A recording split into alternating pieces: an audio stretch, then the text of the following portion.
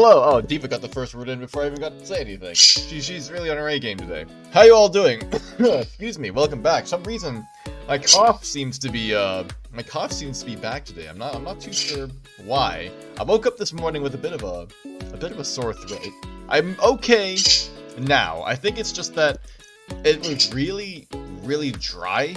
It's been really, excuse me, it's been really dry here for the past little while. So I think it's just because of that I woke up with a bit of a dry throat. But today we're playing a game called Road Warden. So this is a text-based game. I haven't played a text-based game in a while. What was the?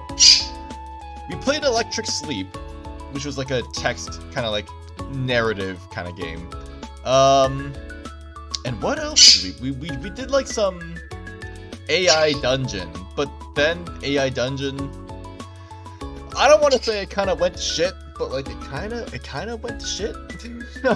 it used to be so good, but then like when I played it again, I was like, man, this kind of sucks. So this, I'm hoping this is pretty good. It's not pre-generated, you know, everything's like, you know, predetermined because it's a coded game, but we can role play. We can do stuff and just, you know, have fun and mess around. So it's a text-based game, it's pixel art style.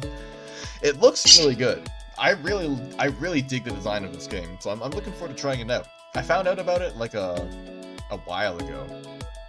A pretty long while ago. Definitely like well before I took a break during the winter. Like I found out about this game, so I've kind of just had this on the back burner, and now we're checking that out. So it's apparently really long. I like when you look up the length for this game, Road Warden length. I think it says it's like 30 hours. Although I don't. Is this the right game?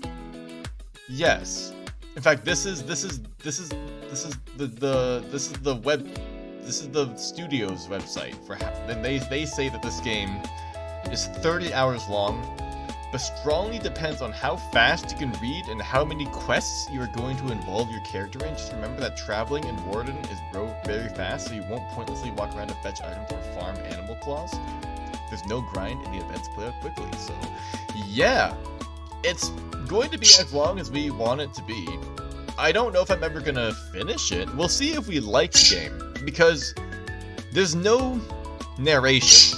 The only narration you're gonna get is when I read the text. So we'll see. I think it's a really cool game. We're gonna check it out. I've had the game open this whole time, but it does the same thing as like a lot of other games, where like even if you have the game minimized, the audio, it just keeps playing forever. So I just had it muted in my mixer, and we're just gonna unmute it now. So it's got some chill, nice chill music. So I've already checked out maybe like 3 minutes of the game, just to see like what it's like. We're gonna have the bird here because again, it's just gonna be me reading. So we'll have some extra commentary, I guess. Of course, she's not trying to read the text. She's just hearing me talk and is like, let me out of my cage so that I can chew on your headphone wires. To which I reply, no. So, yeah, let's do it. No continue, no load option because I didn't save my game, but I only did like a couple dialogue choices. So, yeah. Road Wardens not only accept the struggle, they embrace it, deliver messages, assist merchants, burn human corpses, and if possible, get rid of the beasts and highwaymen. I don't really know what a highwayman is. Are they like a vigilante? Like I know them from Darkest Dungeon. They have like a gun and a little knife, and they can shoot their gun and like lunge forward with their knife. Anyway, pays well. All right, let's do it. Let's leave. If you click this, it just takes you back. So, here we go. Oh, right, yes. There's different casualties. More cash at the start. Some quests are more forgiving. I picked standard just because I didn't really care. But I still think I don't really care. And I kind of just want to check out the game. So I think I'm going to go with casual. I'm I'm feeling casual. It's like I don't want to feel restricted. We're just here to we're in for a long time and a good time. Maybe. Here we go. For those familiar with RPGs, I've never played an RPG. I don't even know what RPG is. What is this? 30 minutes before dusk. Okay. While standing, no wolves around. Excuse me. This should be the place you're looking for. You're supposed to meet with a group of soldiers, but hear no voices, no sounds of labor. Gateway's ajar, camp is unsafe. Your palfrey breathes heavily. Had a long day. I'm pretty sure that is a horse. Just look for another shelter, need to look around cautiously, dismount and sneak to the gate, speak inside, I get off the horse and enter the camp briskly. So I've already picked some of these dialogue options. The first one I did was this one. Dry grass soil, hard to believe it's only road north. Okay, so then I did this. If Goose hit the ground and the pain of the long ride finally catches up with you, you stretch out, bringing your backs and legs comfort. All you want now is a table, a decent chair, a nice mug of beer, and some warm stew. Let's get that grog. Alright, so there's two people sitting at the table, tired and disheartened. They're looking in different directions, paying no attention to one another. There's humming, lighthearted drinking song from the city harbor.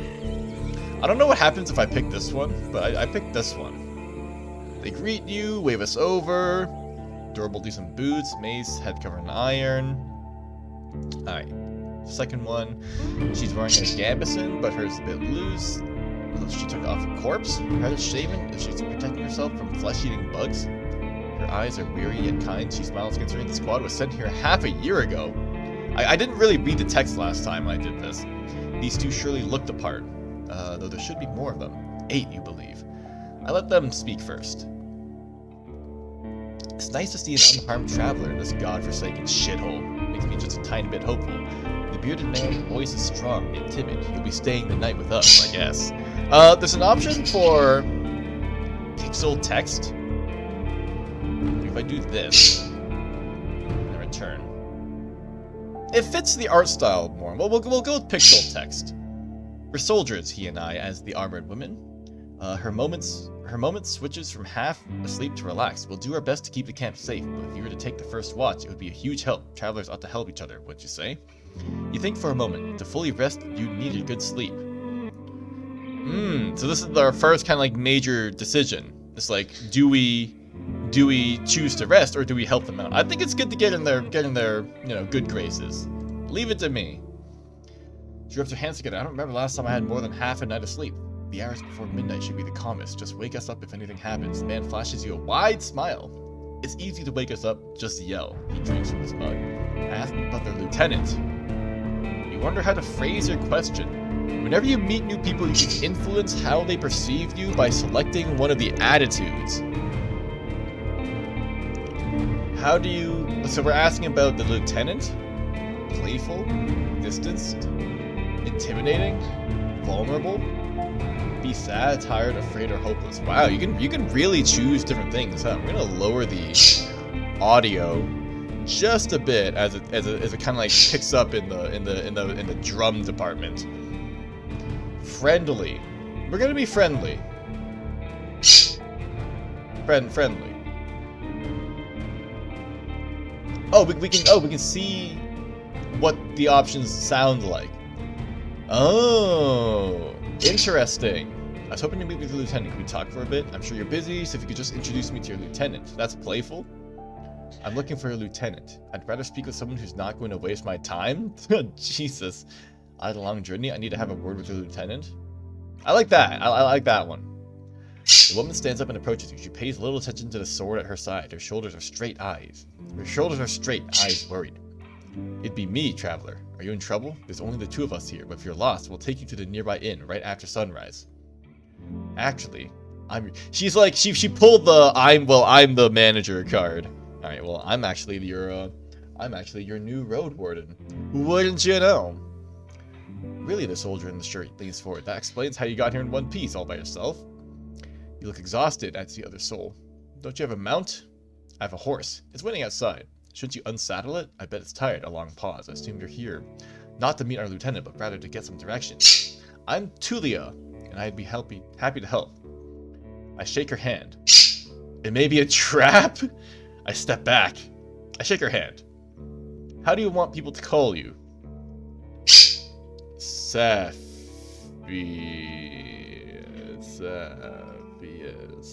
Seth. You can call me Seth.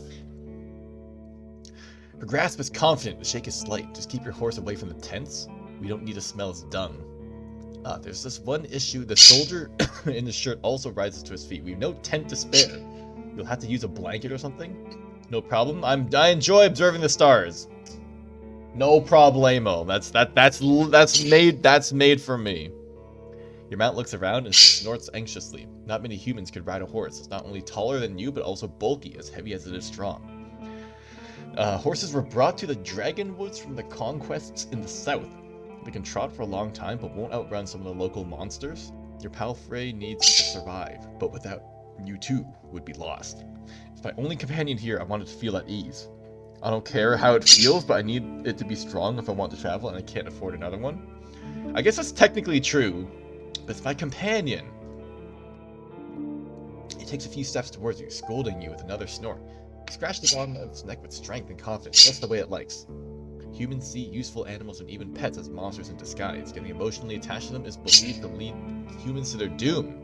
So you know that horses need companionship. Let's go! I speak to it gently and lead it to the camp. We leave while the riding equipment is heavy for strong animals. You wish to have something better to eat than this shabby grass? You should look for an inn. I need to unpack. You haven't brought that many things, and you lost one of the sacks while fleeing the Crimson Corpse Eaters. Sounds like a Terraria enemy. Worst of all, you have no rope left. Maybe the soldiers could spare one. Shouldn't cost more than a dragon bone? That sounds like an expensive currency. Aside from the travel set, you own a few valuable possessions essential for your trade. Fighter, mage, scholar. Jesus. Alright, we're picking our classes here. I spent my savings on decent combat equipment. I have fine gambeson, an axe made of steel, and a reliable crossbow with quarrels. I have talismans that help me use my powers, as well as an iron axe and a worn gambeson.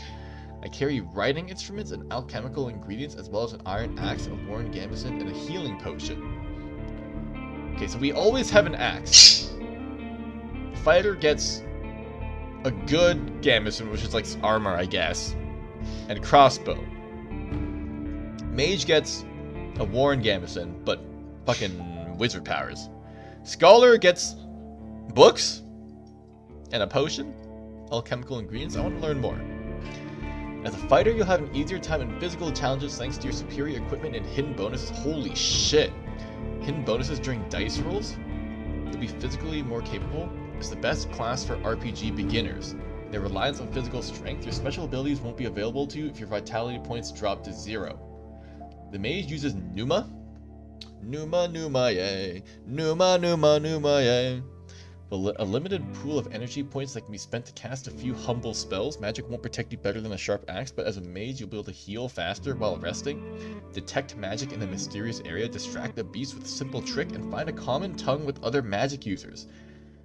Using the mage's power too freely will result in having no Numa left when you need it the most. The Scholar will know more about the world's mysteries than you, helping you take it.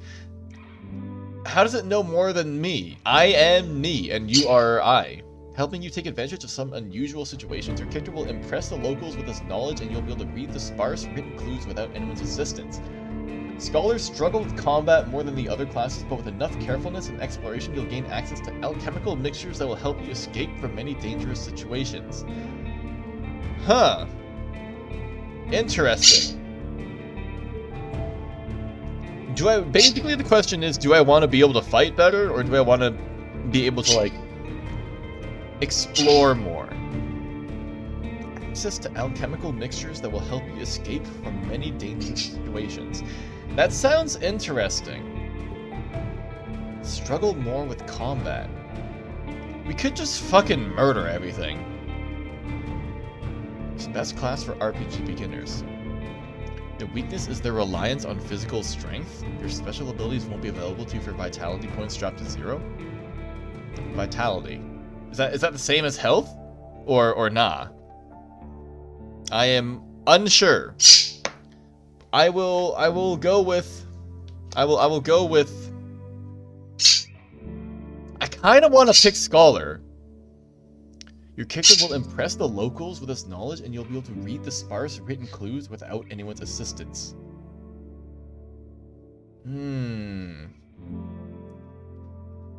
That sounds interesting. Take advantage of some unusual situations. I'm gonna pick Scholar. That sounds interesting.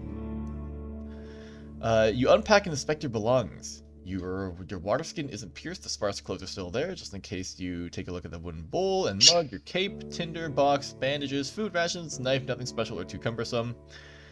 Open your inventory to see your possessions.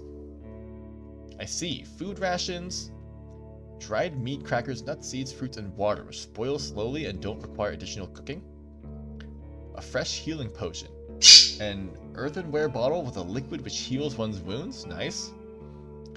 10 coins. Artisans make coins by cutting dragon bones into slices. Ah, interesting. Gambeson. Ingredients. Brewing is difficult and your alchemical skills, while humble, are valuable. Your sack contains all sorts of useful tools. Yeah, it does. Writing instruments, parchment scrolls, keeping tubes, and quills. Battle axe. Nice. Cool. Nice. Taking hits will damage your armor. You can then fix it in various settlements. Okay, cool. Got people again observing your beast and chatting between themselves. The crowds at the sight of them eating out of wooden bowls. One more bowl was put at a previously unused end of the table. You can sit down on a tree log. I join them and take a look at the meal. I thank them for the meal, but I don't want to eat with them. I sit down and ask Tulia what she can tell me about this area. I completely ignore the meal. I sit down and speak to Tulia. We gotta be friendly, you know? They don't seem like bad people. I thank them for the meal, but I don't want to eat with them. Nah, eat with them, man. It's cold gruel, the meal eaten in times of hardship. The specific bowl is filled with water, hog millet, some strange-looking cereals, and blueberries. Hey, yo, blueberries! That's pretty good. Welcoming you with a meal, even a humble one, is beyond their duty. Soldiers live with and for their companions, constantly on the move from one part of the realm to another. Nice. Sacrifices, discipline, hardship, camaraderie. Road wardens, on the other hand, learn how to work by themselves. They seldom engage in open combat, patrolling the same roads for years. They help the settlements stay in touch, but also maintain commerce, settle down, forge friendships, etc., etc. When there are no laws to follow, they use their own judgment. Different responsibilities, different lifestyles. Keeping your stomach full will make you stronger. Starvation won't allow you to restore vitality. While resting, you can find your supplies in your inventory. Nourishment. Nice. Let's go. I eat quickly. Yes. Yum, yum, yum, yum. She's focused and chooses her words carefully. Excuse me. If I can tell you, less than I'd like to and less than I should. 5 are dead, 1 has run away in tears. We're also strangers in this land, adds her companion. The man leans forward.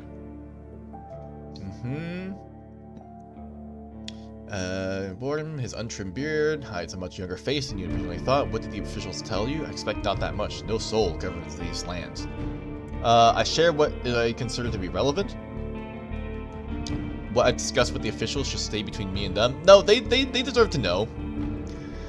How little guidance you've received. Since this area is too far away from Hove Lavin to keep it under control, you are warned that it's untamed and unknown.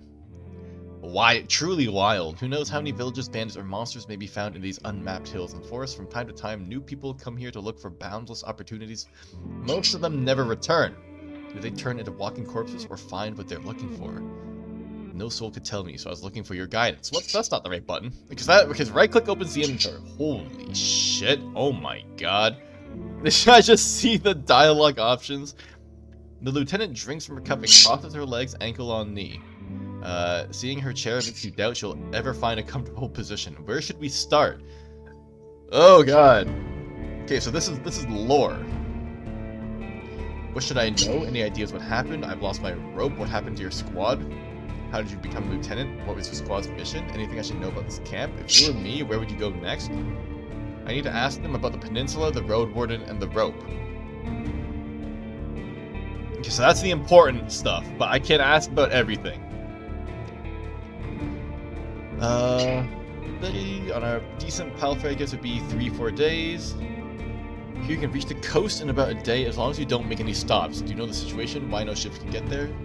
The sea route allows Hall-Lavin officials to keep in touch with the coastal villages, collect taxes, move the soldiers, collect lumber, deliver tools. Maintaining order on a wild coast such as this one is like filling the ocean depths with coins. You hardly stop a ship 5 miles from the shore and boats can't get much closer. No soul from the north ever came to the camp, but when we traveled to the roadside inn, Pelt of the North, they're happy to trade and to play dice. Okay, oh my god. The man clears his throat. I mean, you know, we're to guard this road. This camp is our post, and well... He turns towards Tulia. She lowers her voice. Don't take it the wrong way, Seth, but are you a devout soul? Like most city folk, I believe that people should unite their strength to overcome the threats of nature and dark magic. Everyone will be judged for both good and evil deeds. I'm a part of the United Church. For many years, I supported a monastery that does its best to advance mankind's spiritual growth, artistry, herbalism, and magical research. I follow the teachings of an order of truth. I'm from a small village. For me, the freedom of shell, pneuma, and soul are the main virtues of life. My community is unique and independent, and so as members, I have a place in my fellowship. I have a strong connection to nature and its spirits, and follow the path of my ancestors. You probably call me a pagan. There's no evidence of the right's existence, and all the mystical tales are explained by magic. No, I'm not. Okay, so now we can choose some religion. I guess Order of Truth would fit Scholar best? Sure. Oh, I see. She hesitantly looks away. I don't know much about that River of Faith, but I'm sure we're not that different. I'm a Unite myself, she says with a sort of pride in her voice, so she follows the United Church. Maybe just explain what you're thinking of. The Libby here are disquieting. Every few words she taps the table with her finger. Their traditions won't help them negotiate with the officials here. Oh, officials here. She draws lines of the map. The peninsula is connected with roads, big circle. Yeah, there's a priest who claims to be an eremite. The only eremite I know is the ones from Genshin. They do crazy shit. They use the dead to cut down trees and dig in the soil. Once I saw it, I begged to never return. They use the dead to cut down trees and dig in soil? Excuse me? What, like they revive people or something? Like reanimate corpses? You've heard tales such as this one since you were a child. The United Church often warns its members about the crazy druids, necromancers, and blood mages. Hey, yo, what? The bringers of doom, the traitors to humankind. Necromancers. So they are necromancers. Any monster worth mentioning? Anything that could catch me? Yeah. All sorts of beasts, the man starts to count. Goblins, treants, cats, large and small, runners, howlers, wolves, spiked boars, mufflon eaters, griffins? Holy shit! Some could catch up with most mounts. Though a palfrey should be fine. The trees are so tall that the flying creatures keep to the coast and mountains. There's not that many humans around and the animals are busy fighting among themselves. They fight more for food than territory. Don't provoke them and ride fast. Just count on luck. How about the necromancers? The man in his shirt turns a bit and points a finger to the north. If you're heading to the undead village, you'll get to an inn first and soon... Do I want to go to the undead village? Pelt to the north is a safe place. You can talk with the innkeep or the guards. Ask them about the road. How about the east? Hard to tell. Went there once. A tunnel sculpted in leaves and branches, but we didn't enter it. Wilderness all around. Okay. We need a rope as well. You're in luck. Let's go! Take it. I was planning to leave it behind. A fine rope! I take it and offer some food in return. I take it and offer some food in return. I take it. Fuck that. Give me your rope. For now, you leave the rope on the table.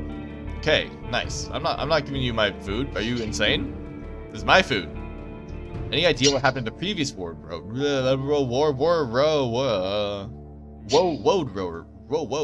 rower then. The beer started to scratch the table, and there was boy who's busy drumming, drowning in things, take care of. You can leave it down on like this. Asterion never gets bored. So Asterius is the other guy, Asterion. He's like secretive, but something's the man. Oh wait, no, that's the other road warden's name, I guess. Maybe. We haven't seen him or his Saurian. Something ate them, I bet. The officials have hired you, right? Whoops, they don't expect him to return. That's true. When you wouldn't need a second one if you think the first one is okay. Unlike horses can easily defend themselves from many monsters, at least their palfrey is fast and reliable and won't suddenly sink its teeth into an ancient past. But hey, Diva, I hear you messing with your food bowls. You better not, because I'm gonna have to take them away if you do. I see you going back to it. You better not. You better not pull your water bowl off the edge. I swear to God. You're gonna get water everywhere. I'm gonna be sad. My predecessor left me no clues. Mitchell took a look at Asterian stuff. Wait, I almost forgot.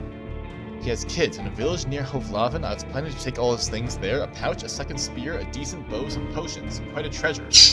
But I would much prefer to bring them the truth about their father. Does he want me to find out what happened to him in exchange for his stuff? Here's the catch. We've hired a messenger to ask the commanders for further orders. Since she hasn't returned and you know nothing about her, she either ran away or something happened. We're meant to stay here until fall. What do you think? Come see us, tell us what you've learned about the man, and we'll get back to Hovlaven together. Hey, don't do that. Don't do that, you silly bird. You're planning to return to Hovlaven in the early fall anyway. If he's alive, I don't think he's going to be happy about me taking away all of his possessions. That's true. But hey, finders keepers, right? True, but he's considered dead. I doubt he'll spare you anything. And who knows, you may just find his shell lying on the roadside tomorrow. He wears a mail. Uses a spear mostly. Maybe 5 feet tall, but stout. Long red beard, short hair. Pale face, rarely smiles. Sounds like a zombie. She glances at her companion, but after he has nothing, she sits down and stretches out her legs. Find out what happened to him. Dead or alive, left, just let me know. Okay. Lots of dialogue. What happened to your squad? Bandits and monsters. A strong band, though. When we got to the peninsula in spring, we saw some people lying in the camp. Hey! I hear you. I'm gonna take your things away. I'm gonna take your things away. This is what happens. Well, I'm gonna move her. There's too much stimulus here.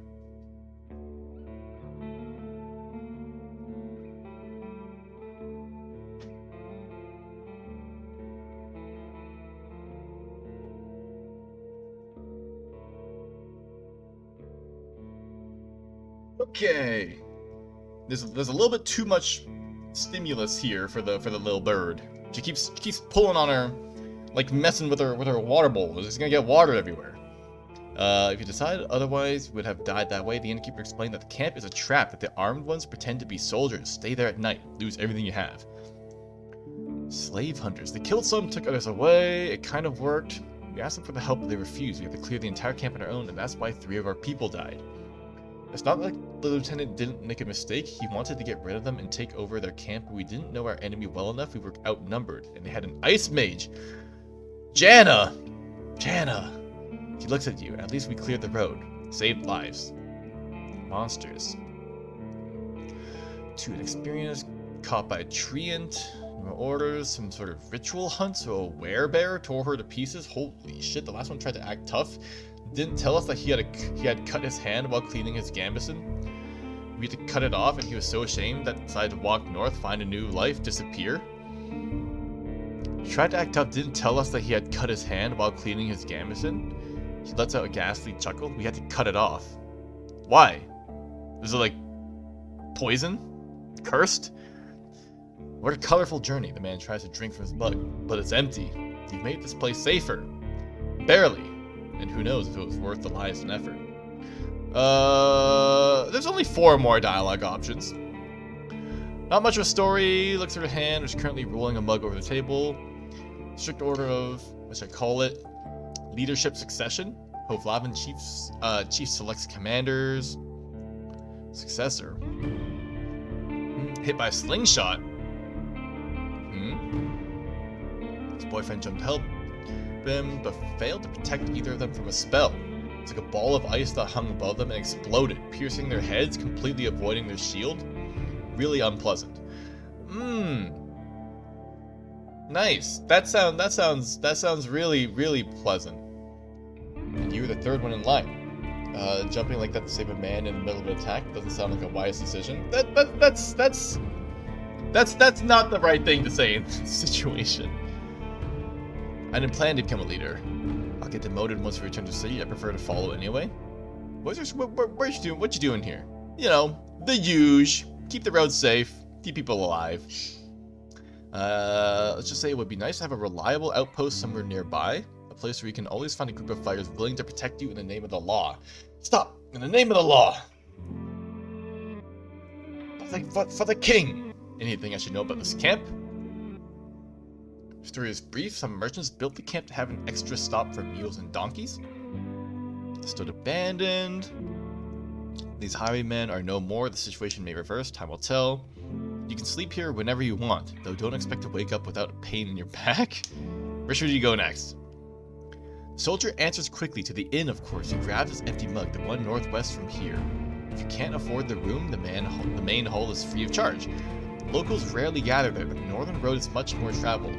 But the hunters will tell you about this and that, and you'll have a chance to introduce yourself. The innkeeper can listen and knows many souls. Nice. Avoid cheap jokes, stick to trade, don't waste his time. Show him that you can be relied on. Alright. That's good intel. Nice. You may do better than Asterion did. Stay vigilant. She winks at you. Oh, shattering the mask of her shoulder. So I cannot talk today. You go to the barrel and splash water in your face. What makes you even more aware of how much you need a bath. After the night, it will only get worse. Hey, no one's gonna be able to smell me except me and my horse. Your horse is already napping, still too anxious to lay down. I prepare for my watch. Just observe the area. There's plenty of griffins around, though they won't try to jump over the palisade. Probably. What do you mean, probably? What if they do, though? Better watch out for the apes. They climb up and carry out any food they can find, and there's one really loud were-elk that keeps smelling the wall, though it has never tried to get in. Were-elk? What is a were? It's like, there's a were-bear. What's a were-elk? So is that a person that turns into an elk? He points at a gate. The lieutenant and I will block the entrances. They're quite heavy, so if anyone comes here looking for shelter, better call us to help you out. And if someone is being chased by wolves or anything, better throw them the rope instead. Okay. If it gets cold, feel free to make a fire, and the best place is on the watchtower. You may want to put a blanket there or something. Okay. He points at the pile of crates. Just climb up to the tallest one. You'll have a great view of the northern side, the more dangerous side. I was wondering where the watchtower is. So this thing is the watchtower. Nice. Let's go. Classy. Points at the tent on the other side of the camp. I can handle a couple of hours sleeping on the ground. If you wish, go there after me and rest just this once. At least I have a pallet inside. I'm fine. Don't worry about me. Thanks a lot. Let's go. You put your blanket on the tallest crate and sit down. The night is warm. The sporadic summer breeze brings gentle refreshment from time to time. Your back aches. You force yourself to keep your eyes open. The light of the moon helps you focus on the tall grasses. Three-horned deers trying to challenge one another. Furry beasts trying to intimidate the predators. Roar. A few minutes, both sides walk away. Okay, don't let it distract me. You hear the death screams of distant prey and the mating calls of monkeys. Ayo. Ayo. Runners are chasing a gray hare. A group of musk oxen lazily chew the grass, preparing themselves to sleep. Dusk fox with a lynx, making playful screeches. You never have to intervene, just sit there, watching the not-so-distant forest, try to outlast your sleepiness. Once you feel you've had enough, you climb down and go to a tent, waking up the bearded man with just a couple of words to confirm that nothing important has happened. I gather my things and squeeze into the tent. I use my bag as a pillow, put my blanket on the pallet, cover myself with my cloak. Sleeping in the tent is not the stuff of dreams, but it's a much welcomed rest. Nice, your job starts tomorrow. Let's go! I focus on the real goal of my journey. The Merchant Guild wants to take control of this realm. Dumb. Jesus, alright. Capitalism. Your wardening duties are secondary. First and foremost, you need to explore the peninsula, learn about the territory, resources, and threats, get to know the locals, and if you can, convince them to consider negotiations with Hovlaven officials and traders. Could the tribes resist the soldiers or be a threat to the priests of the United Church? Are there any forbidden practices that need to be eradicated, such as blood magic, necromancy, robbery, or slavery? I have time. Alright. Once you finish your reconnaissance, you should speak with Tulia and return to Hovlaven. There you'll report back to your employers and get your reward. In the meantime, you have your own goal to pursue. Nice. Okay. Need to gather some extra coins so I can help a person I care about. Oh! So this is where you pick your own goal. I need to gather extra coins so I can help a person I care about. I need to gather extra coins so I can retire early and live in prosperity and safety. I need enough connections among the local leaders. I'll use them to become a major player in the Merchant Guild. I want to be remembered as the soul who brought peace and order to this realm. A hero! I just want to help people, make this region safer for the locals and the newcomers alike. I need to find a new life for myself. I have a difficult past, and I want it to be forgotten. Interesting. A hero. I need to find a new life for myself. I have a difficult past, and I want it to be forgotten. This is This is interesting. It's like it really is like a pick your own narrative. I want to be remembered as the soul who brought peace and order to this realm. A hero. That's like some real Elder Scrolls kind of stuff. I just want to help people, make this region safer for the locals and the newcomers alike. I need to find a new life for myself. That one sounds fun. A new life for myself, a difficult past, wanted to be forgotten. That one sounds fun. I'm gonna go with that one. New shelter unlocked, new entry, a new life. You can't travel during the night, press the sleep button to rest. Wait, inventory, I see. Your half-asleep senses are catching the sounds of the wild forest. You're thinking about your goal, but you need to gather your strength. All I can do now is rest. You can sleep the tent. You can spend the night in a borrowed tent. It's nothing special, but it will protect you from the wind and rain, and the ground won't be painfully hard nor cold. Minus 2 hunger. Minus 1 star. What is star? Appearance. You won't get much cleaner without a proper bath. I understand. Sleep. You're woken up by the sunlight, well rested and ready. Without haste, you gather your things. After only a couple of breaths, you notice a weird smell, like a roast. No, burning meat. Burning, rotten meat. Disgust crawls into your consciousness. You exit the tent. Your horse is looking around nervously. Your bags are where you had left them. You see an open gate. I go outside to see what's happening. Both soldiers are standing near a humble pyre. The man in the shirt looks at it contemplatively. Tulia is the first one to address you. Seth. We used the horse's manure for the flames, so don't worry about cleaning it up. You see a corpse among the flames. It's impossible to tell if it belongs to a male or a female, but it was an adult. The burning process won't be over for a couple more hours. A traveler or an undead? The latter, a young one. She lacked the pneuma to understand that she couldn't get inside the camp without climbing. I stabbed her with a spear from a safe distance. It's an undead. Couldn't get inside the camp without climbing. She shifts her weight. One more fog, and she'd be a real threat. Even now, it took a couple hits to knock her down. What do you mean one more fog? What does that mean? Sooner or later, every human shell wakes up. Okay, so they call dead people shells? Gaining more strength with each soul it devours and each moment it spends in the fogs.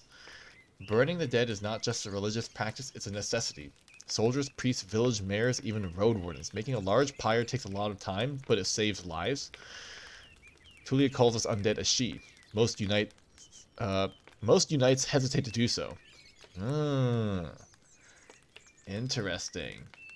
Okay, so when people die, they come back. And they can eat your soul. What? Running away from the reek, huh? Blame you. Find us here if you need us, or if you want to learn what happened to Asterion. There's enough ground here for you to rest. Safe travels. You hear no scorn in Tulia's voice. You wonder how many acts of kindness like this one you're going to experience in the days to follow. I prepare myself. You somehow miss the fact that your mount is already saddled and warmed up. You double check the equipment, but you don't need to fix anything. The soldiers were diligent. Normally preparing any palfrey for a long journey takes a lot of time. Use the travel button to see the map and move to another area. You put on your gambeson and make sure that your axe is tightly attached to your belt and then get in the saddle. The palfrey knickers, getting ready to leave. It's time for you to get to the crossroads. North from here. I need to ride north. Okay. What's the journal? These are all the quests. I see. I see. Wow, there's a lot of lore. Holy Jesus. Unicorns? Huh. Are the most feared creatures? Infamous for holding a crucial role in the wrath of the herds, they charge at the front, able to get through wooden and most stone walls with a single crash. Ignoring the wounds they received in the process, their part is then done. Other beasts can get inside, not bothering with the defenders. Interesting. Alright, I go north. Travel north to continue your journey. Holy shit, how big is this map? Oh my god. Ayo. I go north. How big is this map? No, whoops. Even at the later hour, you wouldn't expect to meet any travelers in the valley. The warm summer breeze lures your mount forward. You soon find the pack of four-legged griffins. They're larger than foxes and merge the features of birds and furred beasts. Oh, so they're smaller than I thought. I thought griffins would be like lion-sized, but these are just like dog-sized. Their wings are massive, making them impressive jumpers, but they're too heavy to fly. About 24 beasts are yelling, brawling, and chasing each other around. I consider my options. What is this? You can enter the forest blindly? You can't enter the forest. Okay, never mind, you can't. If these or other creatures were to chase after you, the thicket would be disastrous for your horse. True.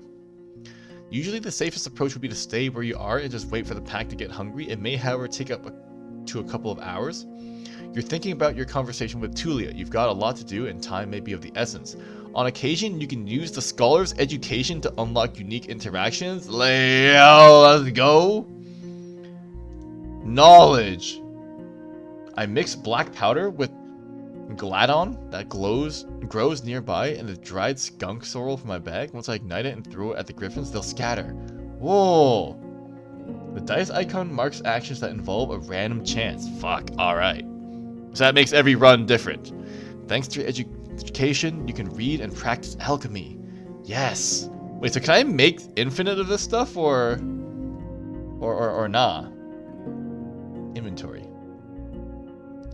It's this. To brew new potions, you need to find suitable tools and some undisturbed time. Okay, so I guess we just have the ingredients. Nice. Let's go. Let's go! Most city folk feel aversion toward black powder, and you touch it with great care. The odor of the plants makes you feel dizzy, but what's more important is that the griffins have wolf-like sensitivity to smells and noises. The creatures surround the source of smoke, but then growl in disgust, even putting their beaks to the ground. They flee, allow you to continue your journey. Let's go! Save time! Yes! So we can also check our abilities? Abilities. Knowledge. Potions. Literate. Abilities? It's fine. Climb on the horse. Cover my nose. Keep track of your achievements as your journey unfolds. My name is Seth. I used to be a scholar. Okay. Archive. Achievements. Nope. Character sheet. Nope, wait, no, this is the stats that I checked before. Lies. Lying gives you quick benefits, but may turn against you after some time. Some lies are difficult to pull off for an unexperienced liar. Okay. Alright, I see. You lose cleanliness when you sleep or engage in tiresome activities. You can wash yourself in safe water sources. You will do so more efficiently with special equipment. Okay. Alright. Map. Holy shit, this place is gigantic. The road splits. According to what the soldiers have told you, you may find a safe inn by turning left. The forest to the right is lush and the trail overgrown. Kids used to have the song. How did it go? The harshest pathway leads to the dragon's lair. Those who search for treasure, do you truly dare? How badly do I want treasure? Is it worth fighting a dragon right now? Perhaps not. The signpost in front of you doesn't make your situation much clearer. It was put here by someone who can't write for folks who can't read. Covered in old red paint, it points east. Blood there, as people say. Danger to be found. There's not a soul to ask for guidance. Danger to the east. Look at my horse. What's its name? Sodal? What would I name a horse? I don't know. That's a strange question that I find presented to me. I do not know what I would name my horse. Fuck it. Let's name the horse Diva. Confirm. Diva is peaceful as you stroke his mane. Maybe it can't help choose his path, but you spent many years together. Happy to go on. It takes a couple of steps forward. You spot a few berry bushes and wild cabbages, but they still need at least 2 weeks to gain maturity. Jesus. Alright. But if we remember to come back here in 2 weeks. Whoa. Cabbages. I need time to make a turn. East is danger. I go west. Diva trots with ease, unbothered by the few branches covering the beaten road. The bird songs and distant howls draw your attention to the forest. You spot boars, roe deer, and saurians. You notice a stone tower taller than the trees. It must be the inn. Knock knock. Inns like this one fit the regions traveled by the merchants, but you wouldn't expect a place of this size in a forsaken peninsula. Stone and lumber must have been transported far away. There are seemingly no cracks in the walls, and the building was whitewashed only a few years back. The road is wide and beaten. Dozens of souls could hide, if not in the buildings, then at the least in the yard. 3 armed people are on the ramparts, though you only see what's above their waistline. They're leaning on the parapet right next to the gate, and you think you notice a glimpse of a smile. They wear gambesons. Each one of them dyed differently. Yellow, green, and linen gray. I approach the gate. Hello! Hi! A woman in yellow armor leans forward. She has long, curly, disorderly red hair pointing in every possible direction. This combination of colors doesn't work at all. In the woods, one would have to shout to draw this much attention. There's still a fair distance between the two of you, but she speaks loudly. I hadn't seen a horse for years now. I just said that's weird to see such large. I just said it's weird to see such a large jackass. Huh. Her voice is young and strong, with an accent that reminds me of the villages spread around Havlavin. But no jackass would wear a saddle, I'd say. You exchange a few words with a male guard wearing green, giving you time to move closer. Well, this one here says you really are a donkey saddle. Say, traveler, how hard it is to ride a horse. Friendly. How about you give it a try? I laugh, you wouldn't believe it, the lessons were a pain. It's easy to learn the basics, but it's tiring. You train different muscles than those for combat. That's like a very serious answer. I don't answer her. It's an it, isn't it? Open the gate. Quite hard, honestly. Some days are still rough on me. Let's be playful. She's playful. Let's be playful. You get off your horse and imitate the silly walk from the day that followed your first long journey when your whole shell. Okay. No, shell is like a body. I see. That makes sense. In return, the guards tell you about that time when they had to carry their friend with bitten off legs for 3 days straight through the heart of the woods. You may be in a good mood, but you don't get so noisy when you talk to her boss. The man never smiles. He has the world's suffering sculpted on his face. Okay, we already knew that. Once you're ready to go inside, speak with her boss. Maybe you're hungry? I am. 2 of them are making a rope. Open the door. Okay, nice. Hello, barkeep. If you're at an inn in the morning, you can spend the entire day on resting. Whoa. Okay. Nice. Locked windows make the air stuffy. A muscular man is sweeping the floor near the stairs, but after he glances at you, he leans the broom against the wall and heads behind the counter. You're lucky to show up. His voice is deep and soft, with a city-like accent. He observes you with keen attention, yet avoids your eyes. I have a keg of decent ale, wormwood, bog myrtle, juniper berries, cassfoot. He fills a mug carefully and puts it on the countertop. It's going to spoil soon today, maybe, and we don't drink here before the eve. And we don't drink here before the even. I hate to see the good stuff going to waste. His skin is dark, almost purple, rare even among the southern tribes, and the hair is naturally bluish. Purple hair, purple skin, blue hair. His clothes are quite fancy for manual labor. The elegant tunic wouldn't stand out in the city square. I stand at the counter. The planks let out a creak after every step you make, so you slow down a bit. You could swear the innkeeper made little to no noise. Huh, interesting. Here you go, but just so you know, my pelt doesn't belong to Hovlaven. You can sleep on the floor if you wish so, but if you want a bed or a meal, you'd have to pay. We may have some leftover from dinner, but I need to check. Distanced. I won't stay here for too long. I'm not here to pay compliments to piss in a mug. I'm a road warden and I'm looking for answers. Thank you, I'm a road warden, so I never refuse a free drink. Happy to help. I introduce myself. He nods and fills another mug, this time with water. Nice! I guess there's no point in waiting for Asterion then. I'm glad to see someone taking his place. Even my crew here hits the road only if they need to see the healers of Howler's Dell. He takes a mouthful of water and drinks it with a pleased sigh. Nothing like water. There are no guests here at the time, or hardly ever. I can take a short break. For a brief moment, he meets your eyes. I drink the ale. The dark room and wooden walls of the mug make the liquid look as brown as a chestnut. The lee in spring hits your nose, and the first sip is even too complex, too flowery. While the brewer has had fancy ingredients, the exotic licorice ruins the aftertaste. Now you know why there's so much left. Maybe it takes an acquired taste.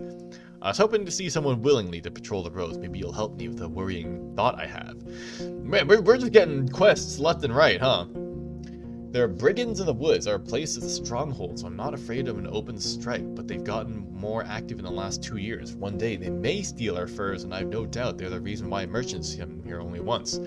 Having bandits around. Expensive. He rubs his hands together, camouflaging his paws. I want you to reach Howler's Dell, northwest from here. Okay? Asks Thias, the mayor, about Glossia, that bloodthirsty wolf of a woman.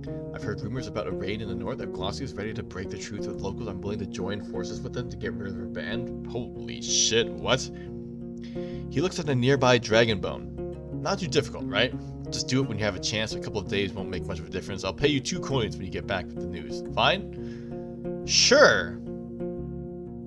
Sounds good. Get to Howler's Dell. Ask a mayor about Glossia. Sounds good. Make it 3. 3. He nods with a smile. What else do you need? Let's go! Extortion! I could eat something. Do you have any leftovers? Yeah.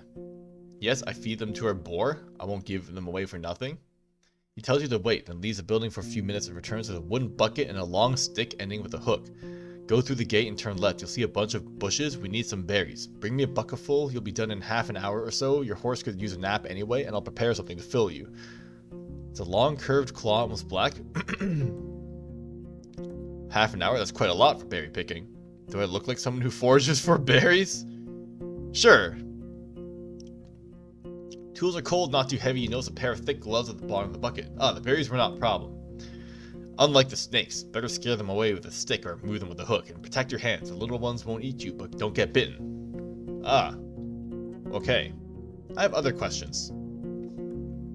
What do you have for sale? New trader unlocked. I can go pick up a few things for you. Some food for your travels. Start with apples, nuts, sausage. Not too many at once. We need to maintain our supplies. I've got an elk fur I don't need. His buyer was caught by a pack of red wolves. Nice for sleeping spot. Just as nice for a wall. An almost untouched soup. An almost untouched soup. Priceless for a traveler. You can't tell if he's sarcastic. Made of fine oak ash. Strong, though you would need some better supplies before you start your own bathhouse. Soup or soap? Fine oak ash, strong, though you would have some better supply. Your bathhouse, soup or soap? Am I supposed to be soap? I don't have any blades or armor to spare, but if you pay well, you can take one of our crossbows and a bunch of quarrels, a yew bow, wool cords, and the trigger needs a little bit of oil. It's as good as you can get without soaking it in magic. Takes a bit of muscle to draw, but even a 16-year-old could handle it. Okay. Okay, so it is soap, not soup. An oak-based balm that burns skin on longer contact. Oh my god. All right. I say we buy it. Give me the soap. Give me the food rations. You can buy more tomorrow. Hey, yo, let's go. Wait, these are different colored coins. Okay, I'm done. Do you have anything you'd like to buy? Oh, let's see what you've got. Select an item you'd like to offer. A fresh healing potion. My hunters always need more healing potions, but the monks are hesitant to sell them. 8 coins. I know how valuable such magic gets. That's all. Nah. I'm keeping it. I'm looking for Asterion. I do want you to find him, so... Asterion and I made a risky deal. Well, a very promising one. Last time he was here, he took 50 coins, my half of the investment. If you get my coin, or at least find out what happened to the guy, I'll make sure you won't be disappointed. Yes! I just think Asterion isn't the kind of soul that would do such a thing. For him, it wasn't much of a fortune. He rubs the table with some, as if trying to clean an invisible stain. I've asked travelers, I've sent a couple of my pals to find him. No news. He stayed in White Marshes for a day and was meant to do something for the people there. It's a village in the northwest. Just stay on the main road until you reach the bogs, then enter them. You may get there before dusk. Okay. White Marshes. Let me know once you find anything, and we may get returned to this whole investment thing. All right. Okay. Sounds good. Holy shit! It's just infinite quests. There's just an infinite number of quests. Where's the quest? The journal. There's so many quests. No, wait, what? There's only 4 quests. Oh, it's okay, I see. It's okay. It's just continuing off of this quest. I see. Peninsula. Hunting ground. It's not us who hunt. Are we the prey? No, we are the hunters. His words gain confidence. I've lived in this inn for over 10 years now. I've only seen a couple of roads, a couple of places. Sure, a lot of traveling, ibexes. What will I find traveling west? Are the eastern roads as rough as I've heard? Have you ever been to the northern coast? What's wrong with the east? Don't leave the main road. Not so far from here you'll find an old dolmen. A few of my people had to spend a night there, and monkeys stole food and gods from their bags. It was their fault. The furthest my team's ever gone to the home of the Enchantress. Just stay on track until you reach the crossroads right near an abandoned watchtower. From there, turn east, you'll recognize the place. It's a nice home in a lonely meadow, surrounded by a wall, kind of like our walls. She lives as a hermit, Eudocia. I don't even know how she survives there, but if you don't have decent coin, you won't find much there. If you turn left, you'll see a road. People stay away from it. It connects to the tower and the monastery, the shortcut between the 2 sides of the peninsula. I was warned by the locals not to use it. It already belongs to the beasts. I'm definitely going to forget that. At the crossroads, don't turn left. I'm gonna forget that. What about west? Hills nearby. There's a tree. I'm not used to hearing someone mentioning pagans. Keep riding north and you'll find Howler's Dell. Whoops. They'll let you stay for a night, but they're not cheap. If anyone thinks my prices are bad, it means they ain't been to the 8 Ale Inn yet. I nod. He lets out a gentle smile. I smile politely. I know only a bit about the next settlement, Old Pagos. The soil there isn't too fertile. They work in their quarry. They keep to themselves and they don't pay well. The 3rd village is unknown to me. White Marshes, set at the bogs. I keep right-clicking by accident. So 3 villages really. Howlers, the one near the monastery, whatever it's called, and marshes. Don't let their beds and palisades fool you though. Weird people live there. Don't tell them more than you need to. You wonder if it's something that you would tell other travelers as well. Nice. Secret intel. I've never been there. Her safe place, close to the villages of fishers and hunters. Nice. Yeah. So you know a thing or two after all. His mocking tone is soon replaced by a gentle smile. It was built long before we arrived. Okay. When you ask him how he can afford all the supplies, he runs his fingers through his dark hair. I'm not against running on in, but we don't rely on guests. We're the ones doing all the trading. Our hunters are a clever bunch and stay safe in the forest. In exchange for furs, claws, and bones, we get what we need and more, both from the south and the north. We have a good life here. We spent a whole lot in armor, crossbows, lumber, spears. Okay, team is stronger than ever. I have big plans for us. I'm surprised to find a purple-skinned man so far in the north. What's wrong with finding a purple-skinned man? I ain't seen a soul looking like this since my ma died, he shrugs. It's not a fascinating tale. Let's just say I wasn't part of the invasion, yet I'm glad I freed all those who were chained by the cities and their corsairs. He looks at the wall. I'm Lawson, by the way. Yeah, Iason. I think that's an I. Pretty sure that's an I. Yeah, otherwise it's a capital L. Iason, but I rarely hear that name. Is there a good story behind the inn's name? There's a story, but not a good one. For years I've wanted to have an inn called Pelt. In my city, it would be in bad taste. Taverns and inn named with a single word were cheap, had a nasty reputation. There's the Claw and Mugger, Basilisk and Blissful. The good places used at least two words: empty barrel, a rose, and a helmet. Empress a smile. Pighead was the exception. It was a real dive. In my soul, it's still just a pelt. Pelts are what we come here for and what we make us reach our goals. Cool. Glacia's banned. He freezes, observing your hands silently. He wants me to get the answer from the mayor of Howler's Dell. I'm on it. Oh, right, yes. Any rumors worth sharing? He crosses his arms. I don't like to talk about people who ain't nearby, but you know what you're doing. Who are you wondering about? Tell me about... Who are you asking about? Oh! Tell me about... I need to look at people. Humans. Tell me about Glacia. I met her more than once. She's older than me, wrinkled, tanned. Oh, this is interesting. So you have to manually ask about certain things. That's cool. Glacia is a cruel soul and a scary hell. How about Tulia? I ain't seen Tulia in quite some time since her squad vanished in the fogs. Nothing worse than a fighter too stupid to limit their ambitions. How about yourself? Iason. There's nothing you didn't know about me to survive on the road. I'm Iason. I've been in the city. Now I'm here. Tell me about Asterion.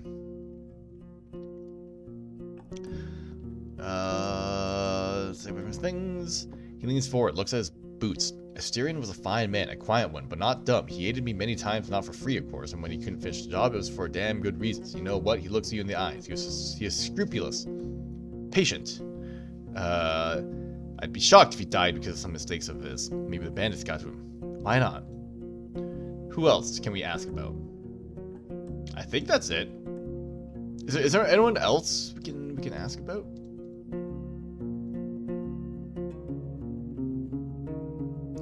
Bias.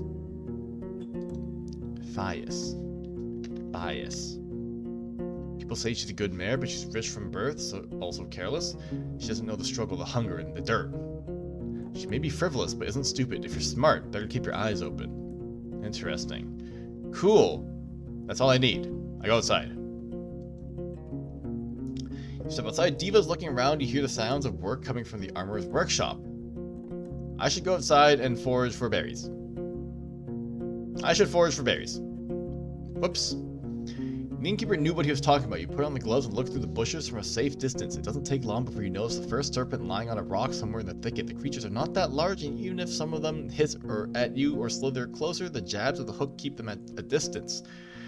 The presence of insects and snakes doesn't allow you to relax. I gather the berries and go back to the inn. What's this?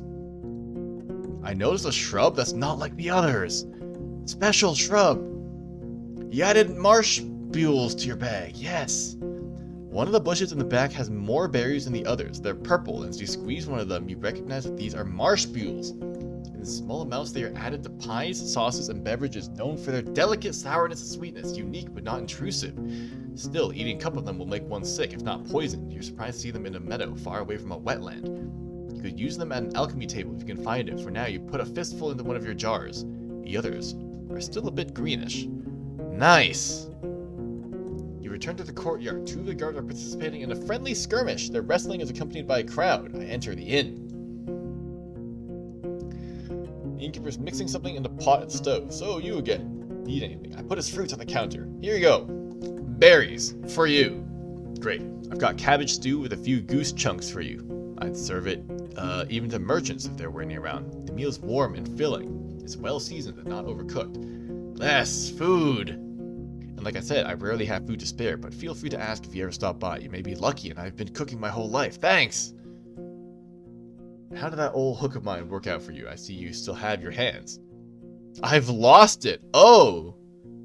So I can just keep it. I gave him the hook. I'm fine. I'd like to buy it from you. And we don't want to waste his time. I don't need this hook. How much money do I have? 8 coins? I don't need it. I'm fine. Takes tools from you and nods. Need anything else? I'll go outside. Diva's lazily looking around. You hear the sounds of work coming from the armorer's workshop. Let's talk to the guards. A woman in yellow armor is dealing with a brown hairy boar resting on its side. Respond to touch a human's hand, brushes and appears still tethered to the well, and you have no doubts that that its charge would leave Diva dead in a breath. Oh, Jesus, okay. When the woman notices you, she steps towards the boar's disappointment. Forward to the boar's disappointment. Ah, I see. So, the new road warden. We don't need anything now, but when we travel with our furs, we can use some assistance. Around 30, warm voice, bright smile. Like many red-haired people with freckles, her skin is unhealthily pale. Like a ghost. The boar runs up to her, observing your boots and fruitlessly sniffing for food beneath the beaten ground. She pats it back, but maintains her focus. How about a game or two? We have a bit of time. We can talk a bit about this and that. Maybe you'll get a couple of coins or lose one. We could play dice or throw axes at a target. I don't gamble. I like this money. Let's play some dice. Fine. Your rival, and especially the dragon bone you pull out, are cheerfully welcomed. 2 of the guards bring a table from the inn and prepare a couple of stools and chairs. The game is new to you, but in no way baffling. 4 people can play at once. The wooden dice are long with only 4 dotted faces. Every time someone wins a round, they get a point, and the person with the most points at the end of the game wins and all the coins. As you play, you don't feel like you have much control over the results. I blend in with the group.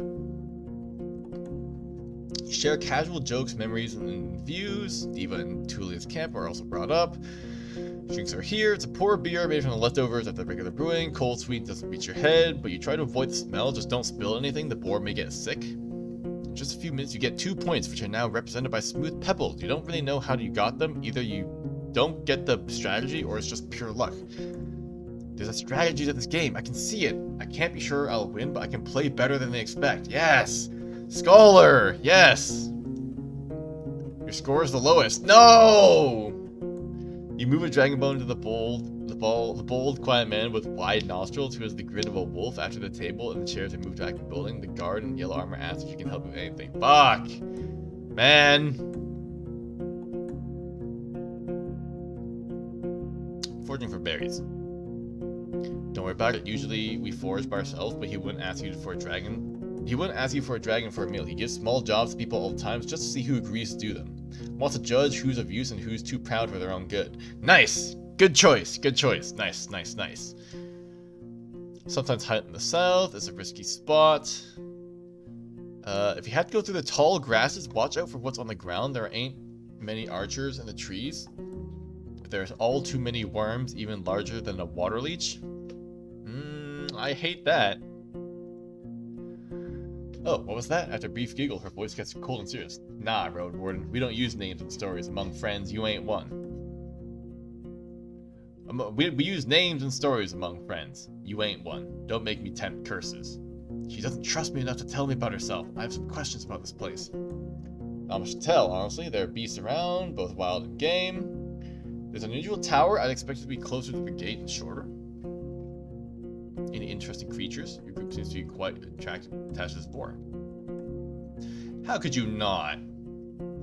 But she crouches and raises the boar's head, but it steps away and squeals as if someone's murdering it. It came with us from the city, just in case. Some backup meat, and it works too. Cleans the dirt. We haven't needed to eat it so far, but it's also funny. We won't let it get closer to other animals or children. Any interesting creatures? Everything lives here.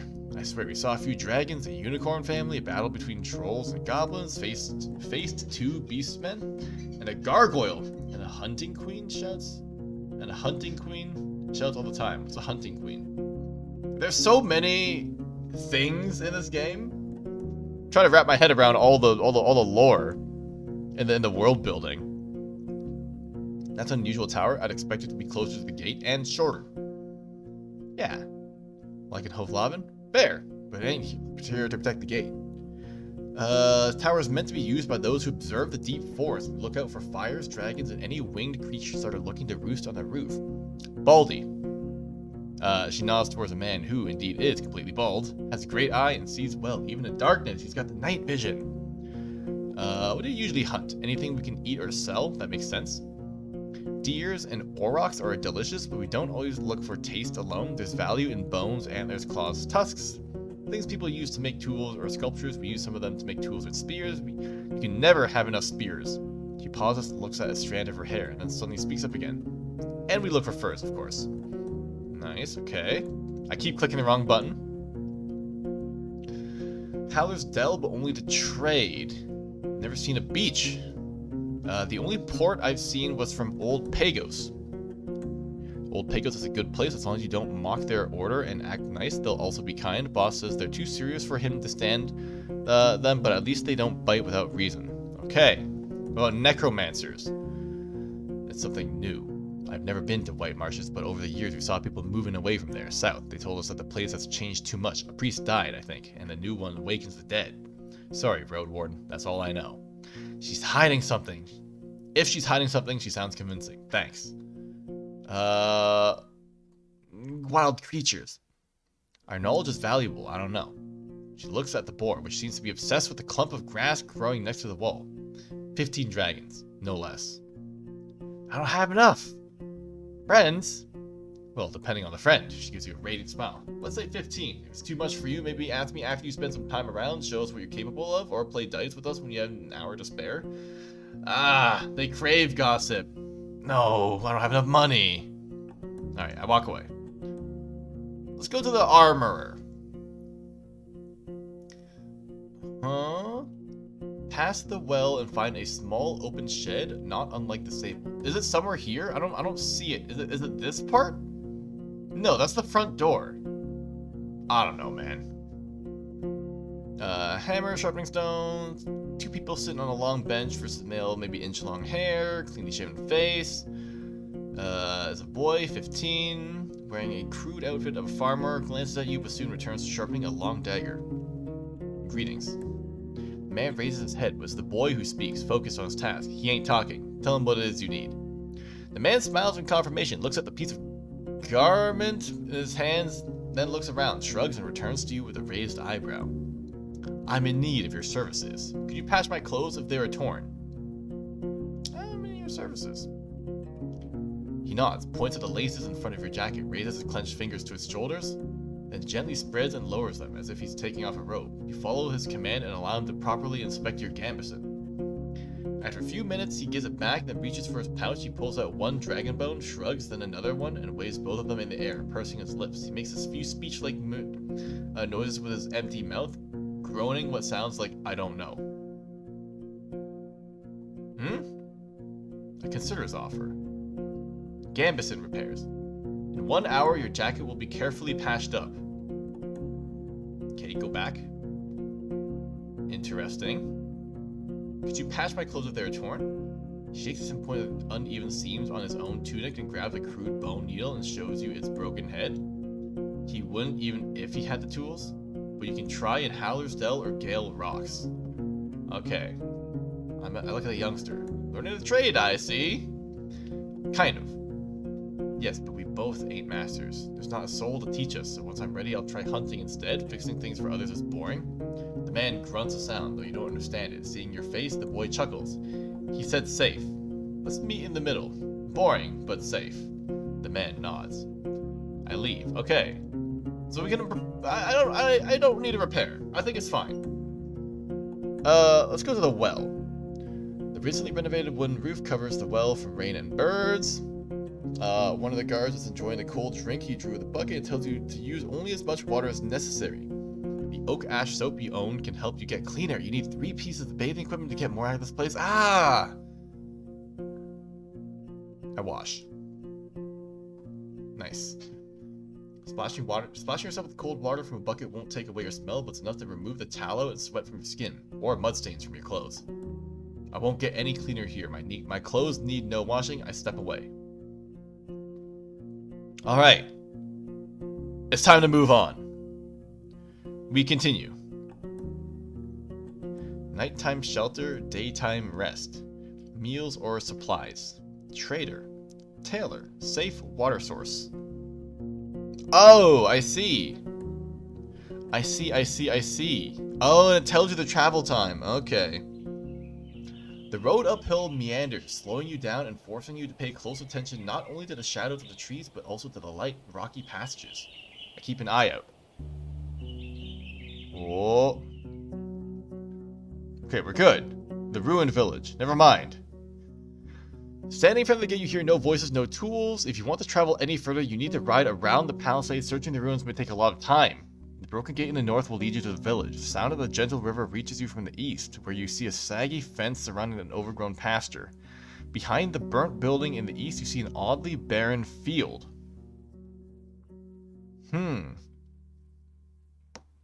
The sound of the gentle river reaches you from the east. I wanna go east. I wanna go east. I approach the building near the field. I take a closer look at the gate. The palisade is in good shape, and the gate wasn't even touched by the fire. It was torn away, possibly thrown. The used force must have been huge, but you'd expect that it would push the entrance into the village, not away from it. You don't see the marks of a dragon bite. A troll could toss such planks, but after so many years, you see no paw prints. A mage? You can't really tell. I approach. The broken logs and planks are charred. The smell is awful, and there are no reasons to stay for long. You see no furniture, just some broken shelves. I move forward. Where do you want to go?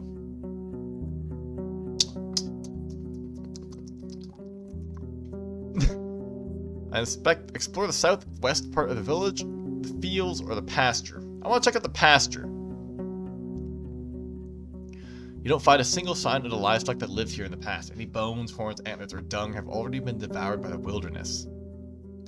The breach in the southern fence wasn't made by some brute force. You find axe cuts in the spots that were ultimately broken away. After all these years, there are no tracks that you could follow. Explore the fields. You're surrounded by what looks like field plowed in late autumn, disturbed by hundreds of rain and snowfalls. Hundreds of rains and snowfall. Oh wait, no, yes. I was like, hundreds? But it only snows once a year. No, I'm just dumb. A barren field, maybe it was overused, but you would still expect a weeds to sprout. A curse? The path leading west from here ends at the edge of the field, shifting into a meadow, then a forest. In the north, you see a path leading around the palisade. I don't have a way to investigate. You feel a slight aching in your stomach. Where do you want to go?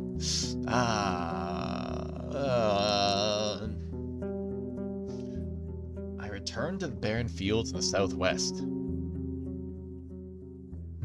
That doesn't feel like the right way to go. Surely the village should be fine. I inspect the palisades to the west.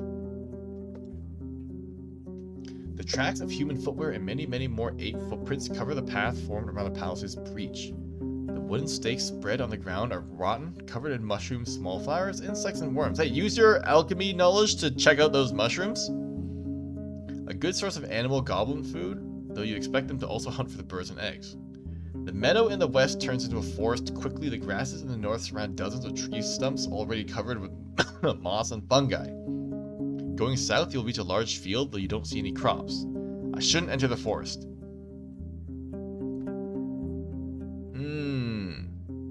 Northwest. The colorful grass. Oh, we're inside. Oh, okay. There's a couple of small sheds, latrines, single building. Diva doesn't want to approach the large ruins in the north. It's daytime, so the pack should be asleep. Wait, the terrible stench of feces and rotting food scares you off as well. The paths are covered with goblin footprints. If the beasts were active, they would try to scare you off or to hunt down your mount. This is their territory, and once they wake up, you will face a furious enemy. I go somewhere else. Quietly. Clearing in the west. This is lush and colorful and so dense it's unsafe for a rider, but a couple of minutes you lead Diva with a rope. Most of the tree trunk looks similar. Clearing turns in wild forest. Alright. I'll check the road leading to the north, look around the northern gate. Don't go in the square. Definitely don't do that. The buildings, some of which have collapsed, are made of wood, yet no beasts remains in sight. You find the remains of clothes, furniture, odds and ends. Only one object seems to be of use: a basket-like fish trap made of vines and willow branches. If a large fish swims in it, it won't be able to get out of its own. It's quite large, but I can fit it on my saddle. Yes! Fish trap! The closer you are to the village and the longer you stay around, the more sick you feel. The taste of the gastric juices hits your mouth and your forehead hurts. You start to stumble. Diva, worried by your sight, pokes your head with his nose.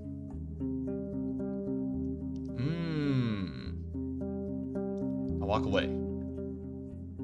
Leaning on your mount, you go outside, keeping your mouth shut. After a few minutes, your eyes get clear. It may be better to leave or at least stay away from the village for the rest of the day. Yes. Alright. Every step into the village weakens me more. I should return another day. Interesting. Weird. Okay. So it is probably kind of cursed. Alright, let's go north then. You're at the closed northern gate. The neglected road is partially overgrown. You hear a river in the east separated by the lush meadow, filled with crickets and rodents. I want the crickets and I want the rodents. Look at the gate. Push to pull, doesn't move an inch. I go somewhere else. You stop and touch your aching stomach. Where do you want to go? I go to the river. You see a quenching family of boars. Some of them brown, some black. You consider turning back, but they pay you little attention. After a couple of grunts, they run north. The river is not too wide, yet unusually deep. The water is cold and clean, yet filled with long plants growing from the bottom. You would rather avoid jumping inside or drinking from it, but you're tempted to at least wash your face, neck, and hands. Dozens, if not hundreds, of small fish are looking for tasty leaves. Yummy leaves, but also try to avoid their predators. A dance of life, completely unaware of your presence. There's something else buried among the kelp, a rusty sickle sticking out of the ground, a couple of stone axes, and hoes. The wooden handles in a large wagon are covered with moss, but you recognize their shapes. Why would someone drop them here? Interesting.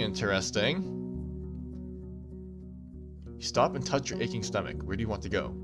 I spent some time setting up a fish trap. Yes. You place the basket on the ground, then grab a bowl and start digging, looking for a few larger worms. You bait the stick and push it inside the basket, locking it between the sides. Yes! Fish trap! Who knows how long it will take before something large enough from the sides? It would be better to not wait for too long, otherwise the prey may die of hunger. That makes sense. I can inspect the fish trap tomorrow or later. Okay. I consider washing myself. The oak ash soap you own can help you get cleaner. Yes. I won't get any cleaner here. No! What? Okay, so now we leave. I leave. Okay, that's interesting. That's cool. So it limits how much you can explore at one time. You enter the wetlands with their many streams, ponds, and fish. Large birds run and fly between the gray, sparse trees. The danger with teeth and claws is hidden below the water surface. I stay away from the banks.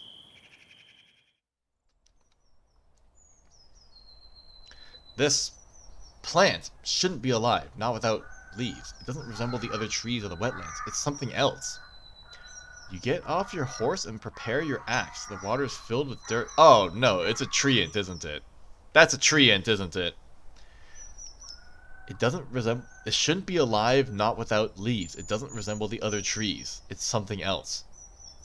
You don't see any saurians in the grasses or on the shore. You approach the table-like altar made of 3 limestone slabs. Were these rocks originally as formless as they are now, or was it a point in time centuries ago when they were precisely shaped and decorated by masters of artistry? No way to tell. It's very colorful, the text in this game. Diva is peacefully observing the dark grass and slapping flies with its tail. Whatever it is that you feel in the air, it's clear that your companion's eyes see this place through very different eyes. I ask the right for a vigilant eye and a bright soul. Who is the right? You bow your head, trying to imagine an appropriate ritual. Whenever you start a thought, it runs away to the sounds of insects, visions of predators, smells of the muddy water.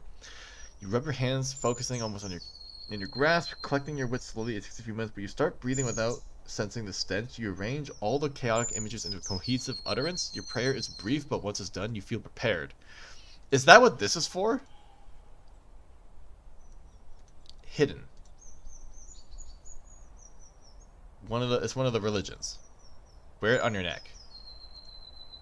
Worn. Works for me. Fish trap locations. Oh! Oh, you can check. Oh, nice. Nice, nice, nice. I look into the water. You have to consider that a saurian could be camouflaged in the mud, waiting for a victim to get near. You start breathing again. While the water is dirty, it's also shallow. You see the vegetation, swimming insects, and even small fish. All of them stay away from the tree roots, which looks like a spider web covering the bottom of the pond. We really shouldn't mess with this tree. It's a treant for sure. I look at the roots. Covered with hair that resembles the fur on your arm. When you touch it, it's moist, soft, and warmer than you'd expect. I do something with it? No, I stand up. I approach the altar. There's clumped dirt in the uneven nicks. The tree roots cling to the altar in many spots. They're firmly attached. You struggle to move them even by an inch. I try to make an offering. What is your sacrifice? Example, food. Ah. I sacrifice Diva? No, no, no, no, no, no.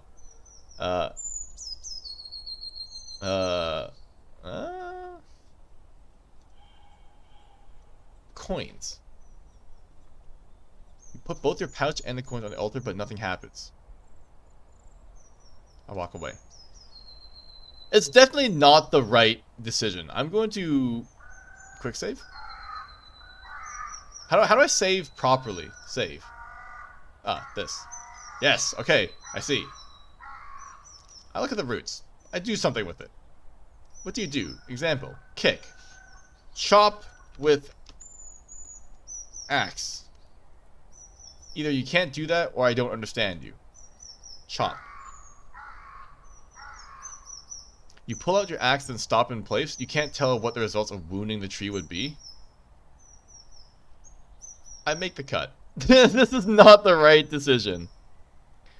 You stand above the root like you're about to split firewood. The swing is accurate, but the nimble root backs down into the water, pulled by the rest of the creature, leaving a trail of red bubbles and mud. A chunk of the root is still in your fingers, so you move it into a jar from your bundles. The axe is now covered with a red sticky goo, smelling like rusty nails and sweet fruits mixed with beer. You reach for a water skin and wash the blade from the plant juices. Okay, no, never mind. Nice. So it is a treant, probably. Alright. Nice. Let's go. At the fork, do not turn left. I'm going to turn left because I'm a fool. I'm a fool. My dear, travel forward. This is not the right decision. Oh, hey, it's like a farm. You've reached Hag Hills, the wall of stones that has stopped the city's grasp. Where you found the one well-established route through them leads through the valley where you found Tullius' camp. There are no maps of the highlands nor local tribes, only stories. Garden bed of herbs and vegetables. Abandoned mine. A bearded, skinny elder sits on a bench, observing you like a sculpture with his legs crossed and fingers interlocked on his abdomen. Distanced. I get off my horse respectfully. I observe him from the saddle silently. I just stare at him. I think someone has swallowed your wall, old man. Better move your veggies inside. What the heck? Yeah, let's do this. You dismount and keep an eye on Diva. You greet the man, and he nods back to you. You mention that you have a few questions. There's cold civility in the air, as if you're sharing a table at an inn. I need you to look at me whilst you speak. His strict voice reminds you of a master of craft guild, though his thick accent distorts this image. I can nail you air without magic, but I'll read your lips. I've not a wish to talk about your daily struggles, travelers. Near a refuge for strangers, say. It's no refuge for strangers. Say what you're looking for and let our paths split. He doesn't yell, but his voice is not used to being opposed. His face is wrinkled, but he sits straight, with beard and hair, still carrying glimpses of fair blonde. I've read about people like him in Wright's tablets. Yes.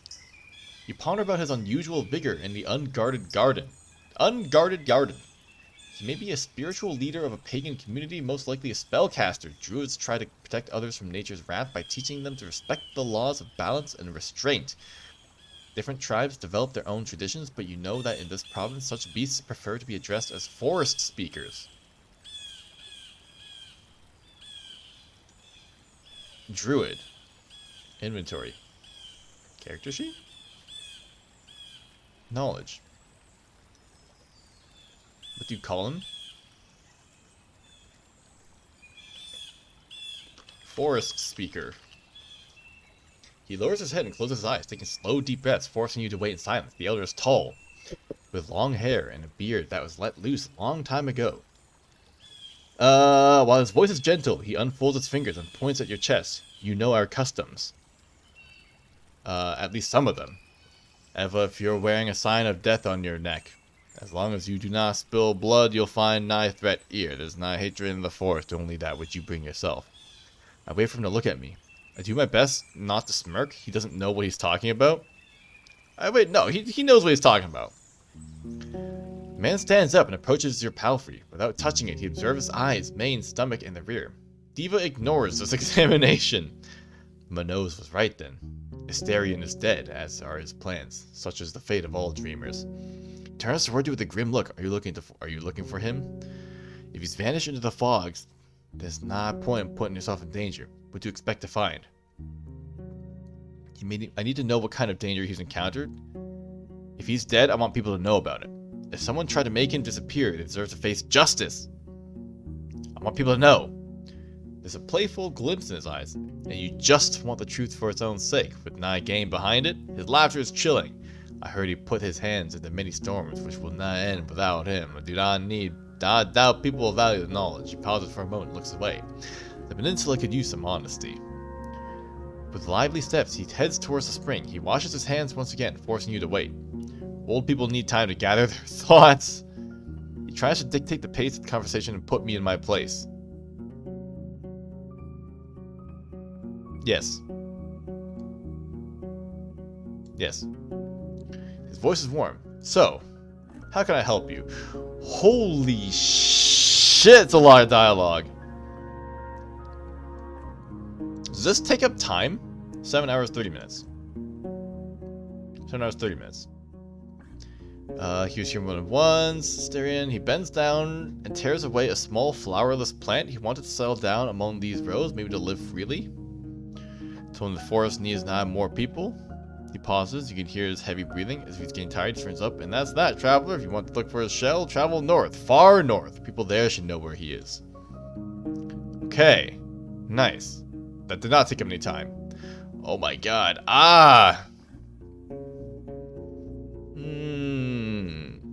There's a lot of dialogue here.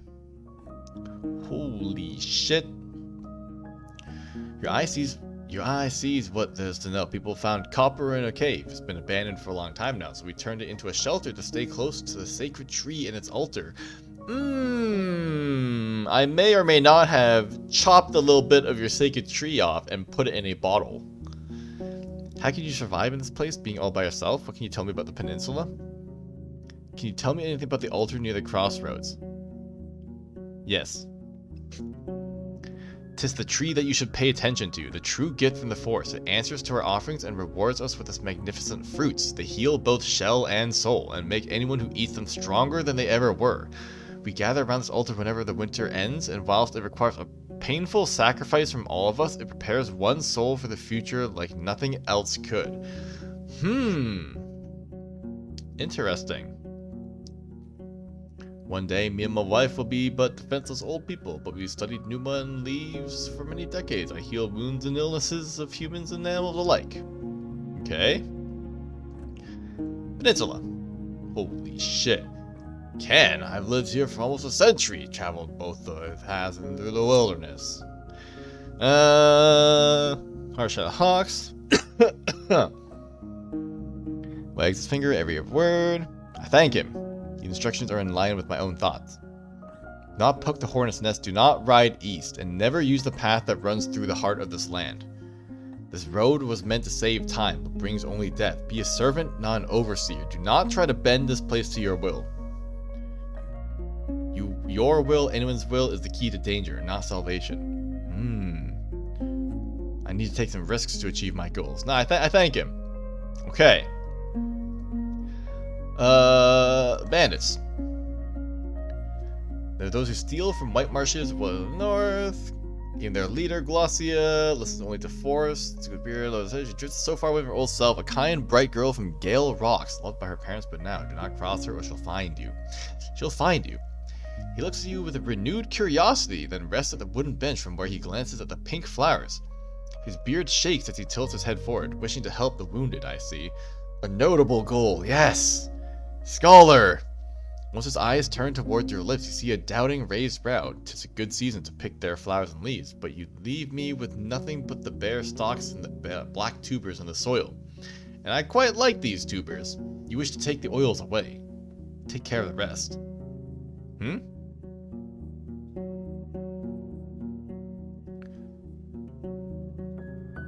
Wait, what? But you leave me with nothing but the bare stalks and the black tubers in the soil, and I quite like these tubers. Isn't that a good thing, then? It should take more than an hour. Very well.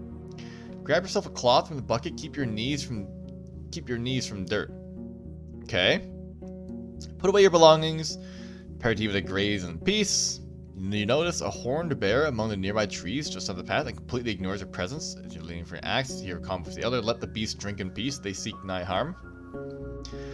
After a minute or so, you place your cloth on the ground and kneel on it. You start by cutting away the oily parts of the plant with your dagger and placing them on a wax-soaked linen cloth, hoping they'll stay somewhat fresh before the season ends. You'll stop caring about the way they color your fingers with green and pink. You don't have to be gentle either. After all, you plan to remove the wound warts in their entirely. The man interrupts you before you start digging. I did not expect there's many herbs growing in the city. You look at him and wipe your forehead with the sleeve. Once you learn how to read, you can find a lot in the herbaria. The monastery has a great garden with all sorts of valuable plants and caretakers willing to share their knowledge. My neighbor used to be a farmer before they lost their home. I shrug. I wasn't born in Hull of Laven. People do have gardens in the city, on the roofs outside the wall, and in small beds. I wasn't born in Hoblaven. That's kind of a cold answer. I shrug. I shrug? I shrug. I figured as much. You stab the soil with a spade, getting to all the black rhizomes and roots you can find. The man tells you to leave the garden bed as it is so you can add some animal dung to it. You gather a small pile of yellowish worm-like tubers, still covered in dirt, not much longer than a finger and disturbingly twisted. It's very descriptive. I like it. You gesture at the results of your work, but the man frowns and looks towards the pond. You forgot to wash them, herbalist. You have a strong back, just wash them before you eat. Fine, I begrudgingly carry the tubers to the bank.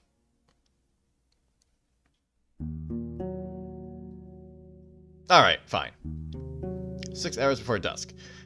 Close the water flows, I'm gonna let the cool water do your job for you. Wash your hands, continue to take a sip as well. Do it on the bench, and the old man without comment grabs one of them and puts it in his mouth, chewing with a hit of a smile. Your mount just woke up from a short nap. I want to know what happened to the village. So he just starts munching them, huh? What happened to the village? Well, we got stuff. What did we get? Herbalist pouch. 3 bundles of black woundwort. Yes. A bunch of marsh mules. A collection of fresh rare herbs. Wait, so why are some of them like darked out? I don't understand. I'm not willing to tell you that. The shameful tale ought to be kept in the past for the sake of living. He's not willing to speak with me about the ruined village, no. But the druids. No. Long and dark path. Ran Discord. Do you have any tips on how to survive such a trip? Oh, job. I believe your goodwill and I'm in need of your help. He gestures for you to fall into the pond. This is not a dangerous task, but one that I not complete by myself. Whoops. And my spells are not enough to ask animals to fetch me. At the northern coast, you'll find Gale Rocks, right? One of them is in my debt, and I want you to collect what's mine. You want to ask him about his debt, but he doesn't look at you. He points at a shiny, large fish with orange and golden scales that's swimming just nearby. This gorgeous creature is an empress carp, one of the few animals that thrive, both in the seas and the lakes.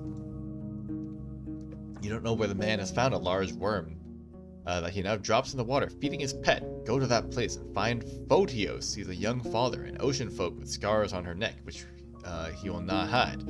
Ask for a male empress carp, but beware, I need it alive, so it can mate with the one I have.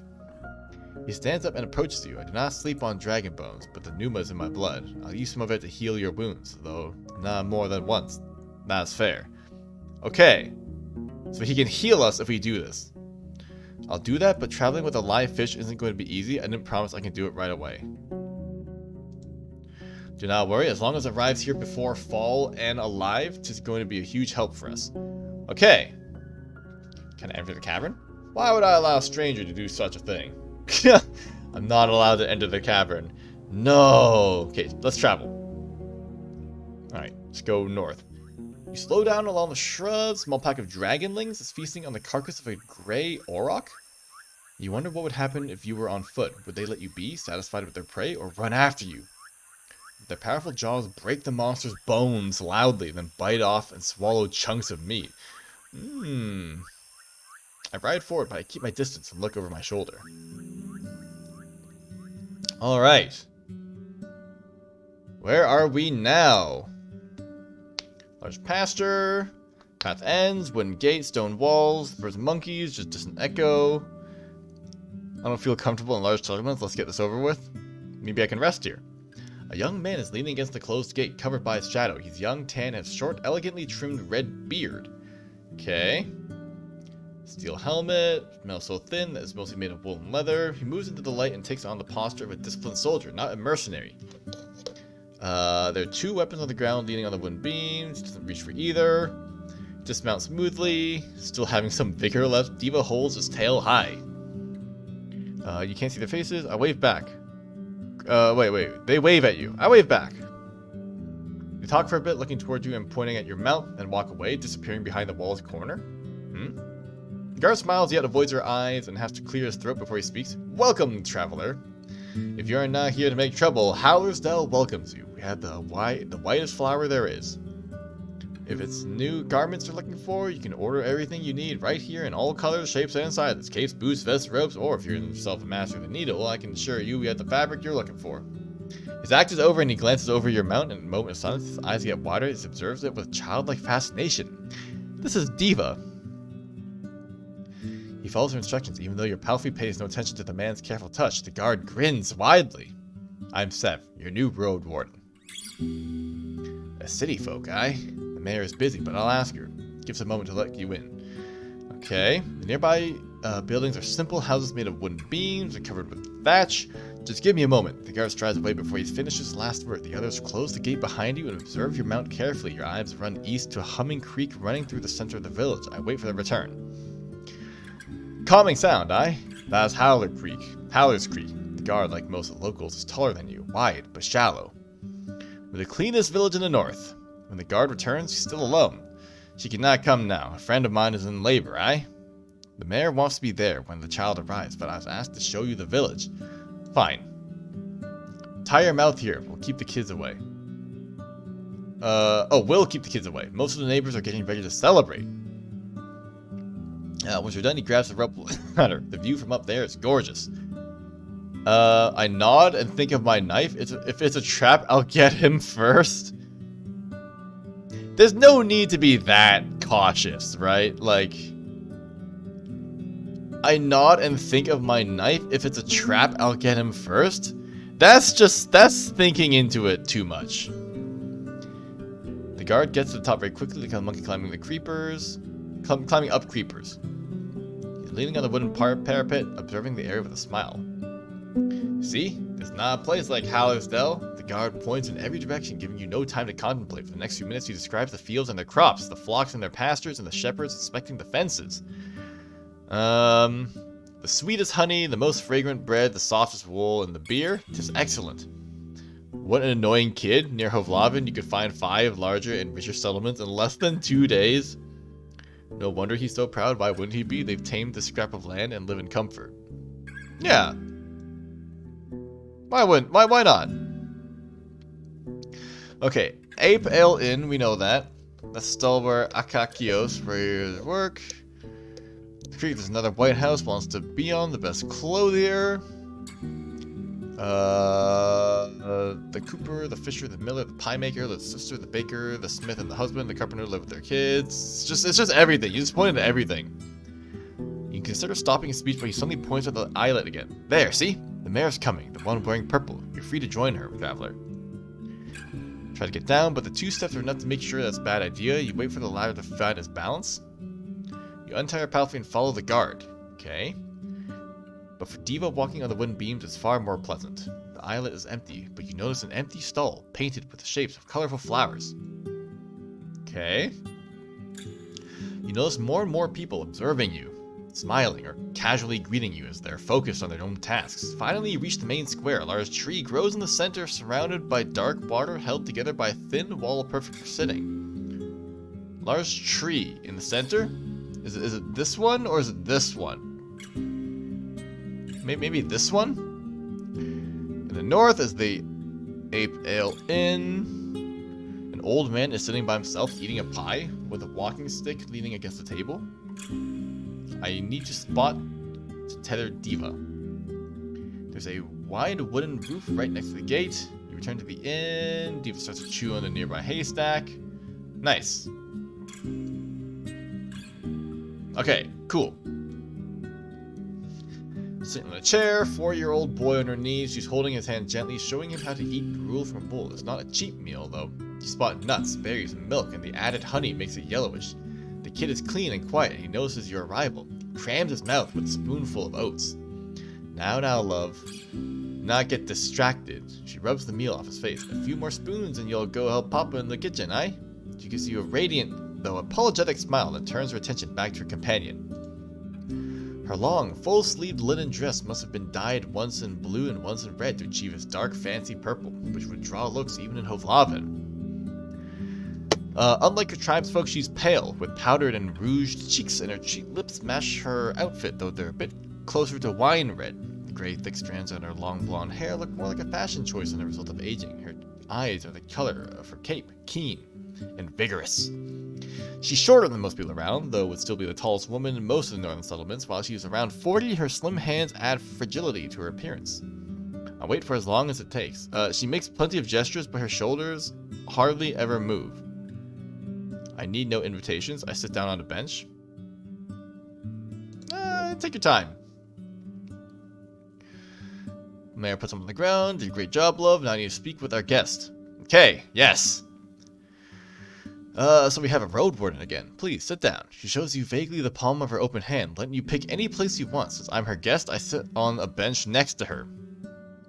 I sit on a stool opposite her. I'm here as a trade partner. Yeah, that's too friendly. Opposite. You have a good look at the inn's front door, leading to a cellar-like ground floor. It's dark with crates. I'm kind of gross looking. People are hesitant to trust you. Your face is dirty. Look, there's not much I could have done about that. I'm as clean as I can possibly be right now. Your mayor observes your outfit carefully, at first looking as if she just ate an onion, but then puts on a polite smile. I'm doing my best here. I'm sure you're hungry. My husband will bring us something soon. I appreciate it. Do not mention it. Hunger makes me peevish. The day is too nice for that. She taps her chest and looks at a flock of birds that fly above you loudly, heading south. Okay. Even if you're but a mercenary and have a single reason, after Asterian's disappearance, her pale fingers form a tent on her stomach, then clasp, leaving the forefingers pointing at you. You were sent here by the merchants. They want the peninsula. I make it clear that collaborating with the city would keep her people safe. Well, she caught me. I don't hide the fact that the guild needs new opportunities. I simply explain the situation. I portray the situation as lightly as I can. I prevent Hovlavin's interest as an opportunity. Yes. I like that. Trade routes will bring new life to this place. You try to sound warm. It's a win-win. It's a win-win! Throughout her speech, your speech, the mayor observes you patiently, without interruptions. I see. Uh-huh. If it was that simple, I'd be eager to applaud, but it never is that simple, is it? Her eyes fill up with melancholy, despite her smile. I appreciate that you're coming with a carrot, not a stick, but when it comes to the guild, there's always a catch. Her accent is now almost identical to the one used in the city. Whoa. Sort of catch, I'm telling you everything I know. I can't ask you to trust me, but I'm not hiding anything. You don't have to trust anyone blindly. Negotiations can satisfy both sides. You're speaking from experience, I assume. Titters and waves her hand by her chin.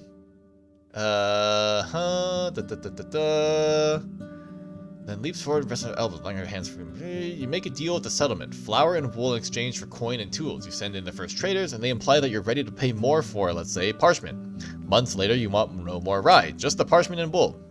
We cannot butcher any more mouflons. Don't worry, you answer. We'll send you a small flock. Just turn a field of yours into a pasturage. As she pretends to speak as different characters, her voice comically shifts, as she has no issue switching between accents. Interesting. I encourage her with a kind smile. She swings her hand above the table. Another year goes by, and while there's more parchment, the village lacks crops. The tribes need not just tools and coins, a lot of coins, but also seeds, and the guild is not satisfied. Sending our wagons would wagon costs a lot, and there are more highwaymen now. If you want us to come again, you need more mufflons and to sell us the cheese. And guess what? Turns out the village can't say no anymore. They lack supplies, seeds, and land. They can't refuse. It's better not to say anything stupid. Don't you think the city would see value in keeping you strong? I have no doubt that a smart leader like yourself is going to protect your people from these games. Yes. Oh, how wonderful. Keep the compliments coming. No soul in the square reacts to her loud laughter. But all that doesn't mean I can counter every single city ploy on my own. That's the good thing. We all struggle, but we all benefit. But Hovlavin, if they see profit in chopping off our arms, they'll sell them to the first bidder. She gives you a sad glance, but cheers up after a sigh. Let's finish the introductions. I'm Thias, one of the keepers of the Ape Ale Inn and the mayor of Howler's Dell. I assume it would be convenient for you to take my answer back to Hovlavin.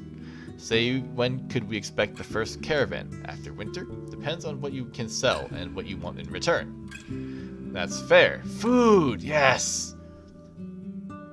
Food gets served. The refreshing aroma of roasted mutton covered with a thick sauce made of mint, parsley, and honey tempts you to bite in right away. The juices are sinking into the round trencher, a plate made of simple brown bread. A small bowl filled with chopped red radishes and a sliced boiled egg and a mug filled with cold buttermilk.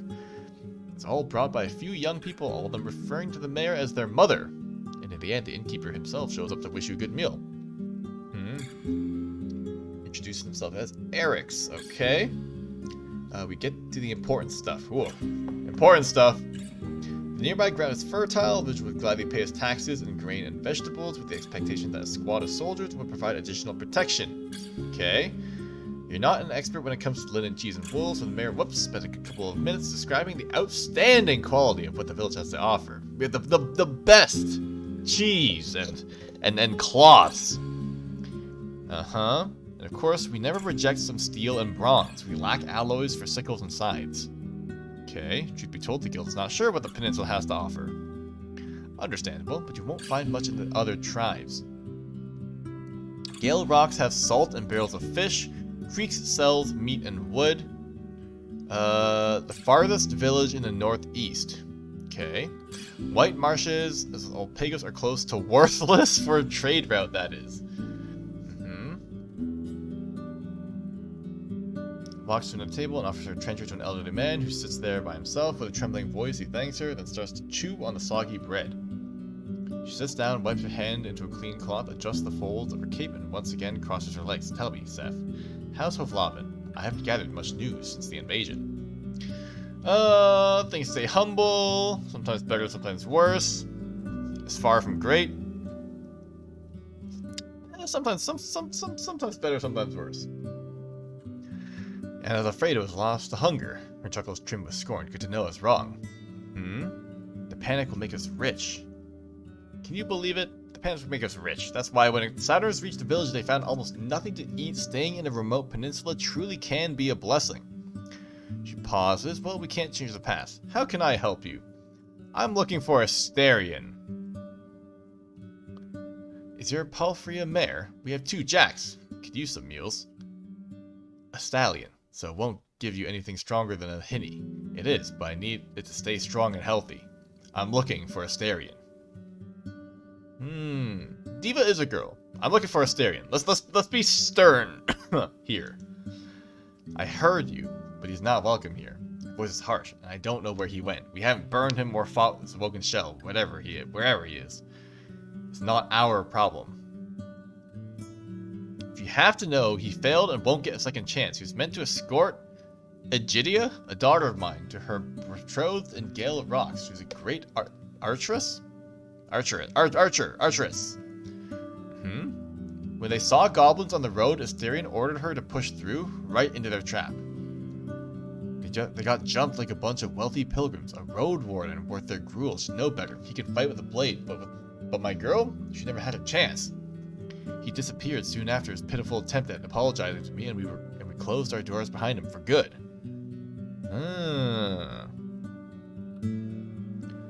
Try asking him in the north. Okay, that's what people are saying. Yeah, he's probably in the north. He spent most of his time between white marshes, Gale rocks, and creeks. Okay. You find your daughter? For a few breaths, her green eyes seek something in your face. Her words are careful. She's with the fogs now. The goblins were after food, so they carried her shell away. One day she's going to charge at our walls, woken and empty. Even though she was a bit mawkish, her heart was strong and patient. Right, so her body will come back, eventually. You have a big family.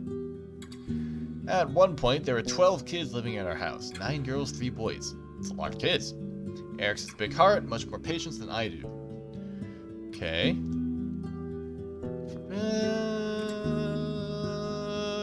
Okay, a quick skim. I wonder, back in Hovlavin, have you spent any time on Backwood Corner? It used to be this dark, dirty alley with muggers working even in daylight. Stay there with Octavia. Since the war, even the soldiers here avoided that street. People say it's a home for thugs. Does it make you feel like you're in the old days? The Boarhead Inn is almost 50 years old now. There's no such street anymore. It fell to a great fire. So we're kind of dictating the lore here. Interesting. Okay. She sighs with relief, puts her left hand on her hip. Comforting, don't you think? Interesting. So it's cool that we get to choose the lore like that. What would it take to make her consider joining Hovlavin? Oh, I can consider it right now. If you want me to give you some answers, let's see. Some gestures of goodwill would be a great start. Since you're the guild's messenger, I need to know what you can be relied on. Nice. Do enough for my village and I'll hand you a beautiful signed letter. Your superiors are going to see more than enough to prepare their offer. Nice. Do enough for my village is a bit vague. That's true.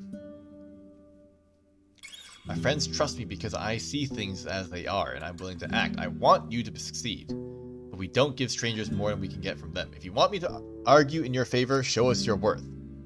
Looks like we're in agreement. Okay, if you go behind my back, I'm not going to wait for a dagger. I'll end you first. Well, not if I end you first. I'm sure people already know that we have a new road warden. Maybe ask around if someone needs any help. Okay. What can I do for you? Aw, so kind of you to ask. But before I ask you to run, let's see how we can walk. The mare's shiny green eyes still locked on you, and her voice is close to a whisper. Since the stairs disappearance, there's little trade on the roads. Be so kind.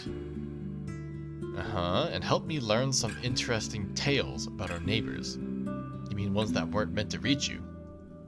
See, I knew that deep down you're a true sage. Do you have something to share?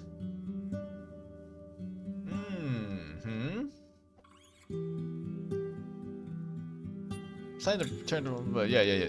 Camp, brigands, turn with their thumb. I'm surprised they managed to stay that long. You don't say, knowing that I'll prepare a few very tempting suggestions to the officials. That's all I had to say. Okay, how do people dress in the city these days?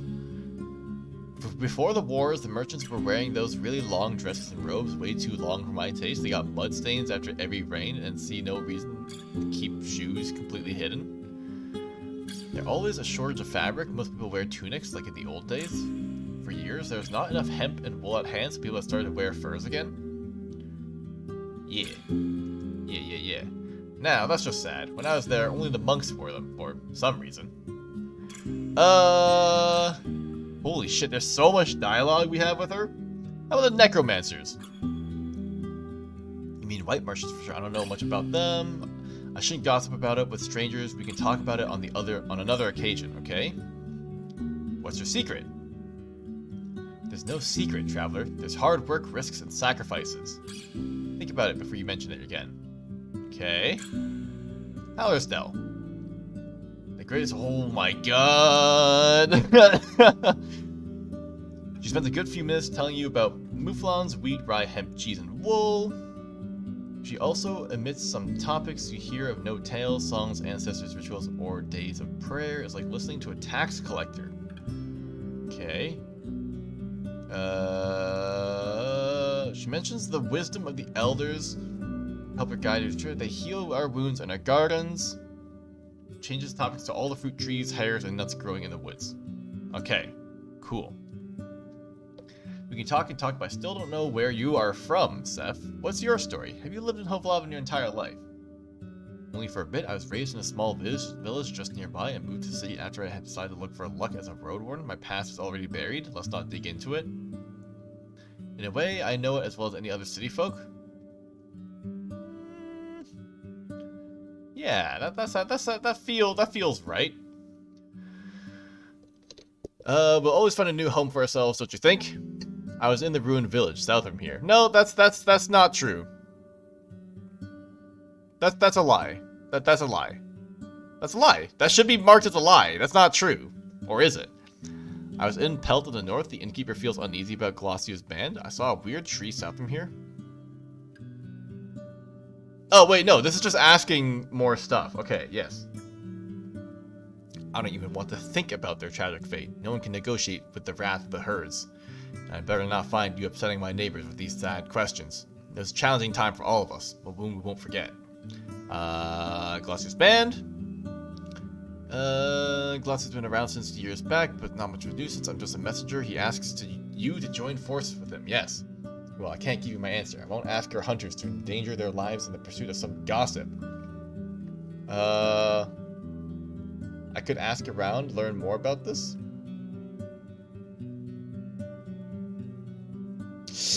I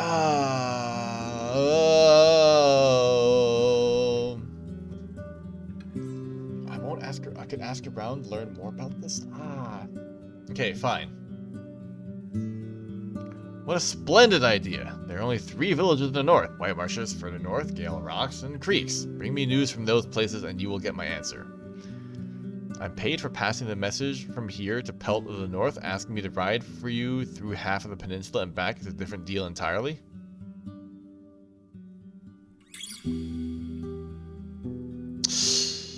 It's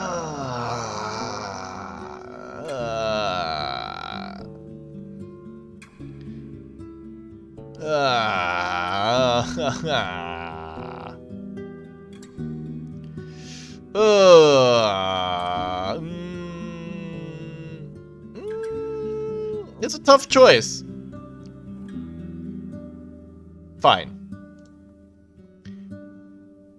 She lets out a brief chuckle, but her eyes observe you carefully. And how much are you being paid, if I can ask? 3 dragons. We'll tell her. And I'll pay you another 3. Fair? Fair.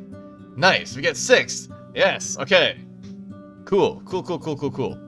Surely city folk don't eat just wild game, salt, fish, and groats. What the hell are groats? What animals do people breed in the nearby villages? Ibexes? There's a lot of mouflons? It depends, mostly pond fish and fowl, but some can afford to buy boars. There's barely any meat, so people have started to raise crickets and rats. I don't eat animals when I can avoid it. Let's just say mouflons. You catch a hint of annoyance in our laughter. Our livestock won't sell well, but that's fine. It's hard to keep the number of lambs high. We would need to sacrifice a field to raise a new flock. A weird tree. You mean Beholder, the guardian spirit of our wetlands. I'm sorry I chopped part of your root off. Every fall we bring it our gifts, and in return it provides us with its blessed fruit, the flesh of the forest. It's older than the oldest books and the oldest thoughts. The druids help us honor its sleep and show us how to ask for its help. Neither of these rituals would be of use for you. Okay. And yourself? Alright, cool. Nice. I approach Eric's, the innkeeper. Eric's approaches you with a smile and leans on the surface with his fists. He's portly and even taller than his neighbors. He's got freckles. How can I help you, traveler? I could use a room. Any rumors to share? Not really. So, no rumors. Maybe you've heard about someone who may need my help? Yeah. You say as if we expect travelers to get here every day now. Ask around. Come here tomorrow, okay? Any interesting guests? There was one vagabond, but he was not here for long. Talks loudly for everything. The face is touched by flames, has a big ballista. And a large bird as his beast of burden? I don't know what to say. He went south, and is most likely gone. Okay. Thanks. Akakios. The man behind the counter is inspecting a sack of white flour. Weevils, he points at the little dark blue insect that's trying to flee. Shit me fire, it was ground a few days ago. Nigh pies for us tomorrow, looks like. I'll take care of it later. A wardrobe, aye? But even the mayor cared enough to see and kids are lined up like your horse. Strangers like ghosted them now. Okay, he looks like a poor vendor from Hovlavin. He stands sideways to you with legs crossed, leaning on the counter with one hand and keeping the other one on his hip. He's around 40, short and a bit greasy, with a humble beard and fair hair. His fingers are unusually long. Guess we'll see each other often. Are you a barrel collector, or do you sell them? I'm looking for a trader. I'm here to trade, not talk. I may not be wealthy, but I need a few things. I can tell you've been looking for them for quite some time. Everyone brings here what they have in abundance, and I either sell it to the travelers or divide it among the workers, builders, artisans. These things here are not mine. Okay. I don't need furniture or barrels of food. Do you have anything of use for a traveler? Yeah. It's hard to say, eh? What do travelers need? 3 packages on the countertop. As you unwrap the first one, you recognize what it is by the shape alone. Tell me this is not beauty. A shiny new battle axe. The haft is long, but the head is light. Your eyes say everything. It praises the weapon. You see your reflection in the unused blade, as sharp as they get. You're not a smith, but you see not a spot of rust. When you take a swing, it hardly takes any effort. Oh! Now, I doubt you can afford it, but don't worry. That's not all I have. Okay. Parchment windows of a lantern? This frame is cheap, made of oak. 'Tis glued and is quiet. Not as fancy as the iron ones with oil, but you can carry it in caves without luring all the corpse eaters and goblins. That sounds kind of nice. Inside the lantern, you find a place for a candle, not a great match for people living in wooden houses. Hide and glue are not easy to make, but I will not ask for more than 4 rings. Okay. Could use a few. We usually keep them for traders, but we could use a few dragon rings. And who knows if there's ever going to be a next caravan. He gives you a long look. Interested? Primitive but convenient. Oh. Oh. Alright, fine. That looks useful. I bring goods to sell. This junk does not interest me? Alright, fine. Asterion. I found on the ground, at least he brought a blade for me. It was a special one, a sickle sword with a tip wider than it was at the grip, long as from fingertips to shoulder. Not a sword, not a knife, single-edged. Brought his own steel to melt for it. More for cutting bushes, creepers, roots. Well, not a fellow tree, but a fine. Okay, so it's like a machete, more like. Okay. Whoops. Pretty much anywhere. There are hills from here to the coast and bogs to the north and the heart of the woods. Cannot help you with it. Do you need any help? No, but there's something urgent. I need a medicament for my daughter. Not that she's hurt or anything. She's a teen, wants to start hunting in the woods. I can teach her much, but I sleep better with her having a healing potion. You have. He hesitates. Almost 19 days. Bring me the potion before the last dusk and I'll pay you 5 dragon rings. And where can I find such a potion? Safer bet is behind Old Pagos on the mountain of the crazy monks. Crazy and boring, more boring than a mouflon. You can head south, east of the crossroads. Find a dolmen there. Oh, secret passage. A massive iron key. Okay. A strong elixir would be more than 5 coins. Yeah, exactly. I thought I could sell this potion for 8 coins. Well, now, this is all I can pay. I not sculpt you stupid. The dragons I get here belong to the village. 5 is fair pay, and I'll mention all the neighbors how helpful you are. Okay. How do you know about that secret? From Hag Hills? And you just been keeping the key at your side forever?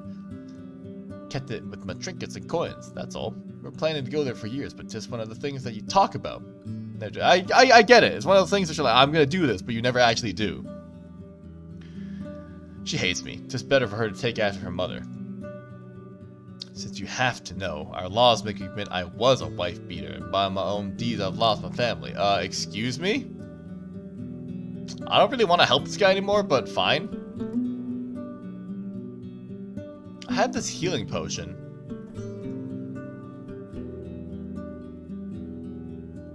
With a grin, he picks up the bottle gently, jiggles it, weighs it in his hand, and puts it on the counter. Great, now let's hope my little girl will not get herself swallowed by a dragon. So, we said 5 rings. You know, I could get 8 coins for it in pelt. That's true. I literally said that like 5 minutes ago. Oh, humpin' elk, you miser. We had a deal. I'm paying you with my own rings. Not from the treasury. Do not push me into a squabble with the mayor. I deserve a better price. Your village is rich. You can afford it. Nothing's changed. Just be sure to speak with me extra kindly.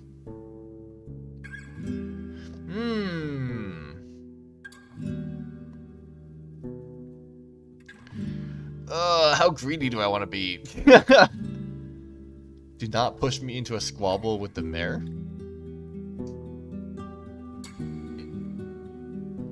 I'm paying you with my own rings, not from the treasury. Do not push me into a squabble with the mayor. I deserve a better price. Your village is rich. You can afford it. Nothing's changed. Just be sure to speak about me extra kindly. Nah, give me money, dude. He sighs and counts down 10 coins. Here, your fair price. Yes! You sold the potion 8 coins. I thought we got 2 extra. Inventory. 11.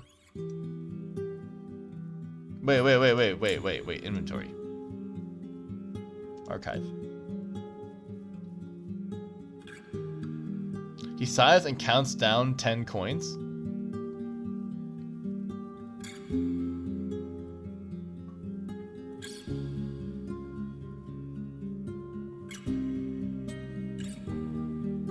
My 10 coins, though? Alright, fine. That's fine.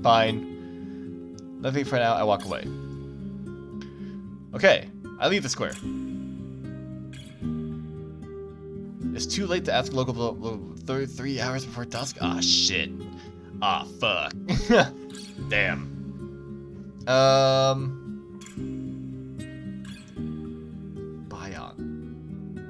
Okay. Oh my god. Okay, so it's a lady. Whitewash building. I'm looking for Taylor. Found one. Name's Bion. Could you answer a couple questions?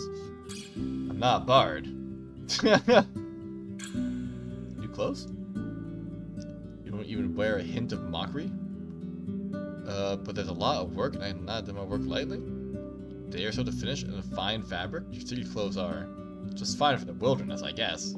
What I'll give you is for the time with lamb, meat, and mead. Not pathfinding. The longer the outfit you want, the higher the price. Okay. Holy shit, I'm poor as hell. Okay, let's go to the priests. Yet south of the dead tree in the main square, before you get to the second thatched building, a large man stands up from a bench and gets in your way. And you're in my way. Many want to speak with their guides and teachers, but you're not welcome here. Turn back, stranger. I'm your woad Roridan. We can handle ourselves. If that changes, Elpis can summon you. Why? You're from the outside and cannot be trusted. The boars and slaves of the United Church would crush us if they had a chance, but we allow you to spy on us. We need to be sure it is worth it. I ain't a spy. I don't believe you. I'm not a spy. What can I say?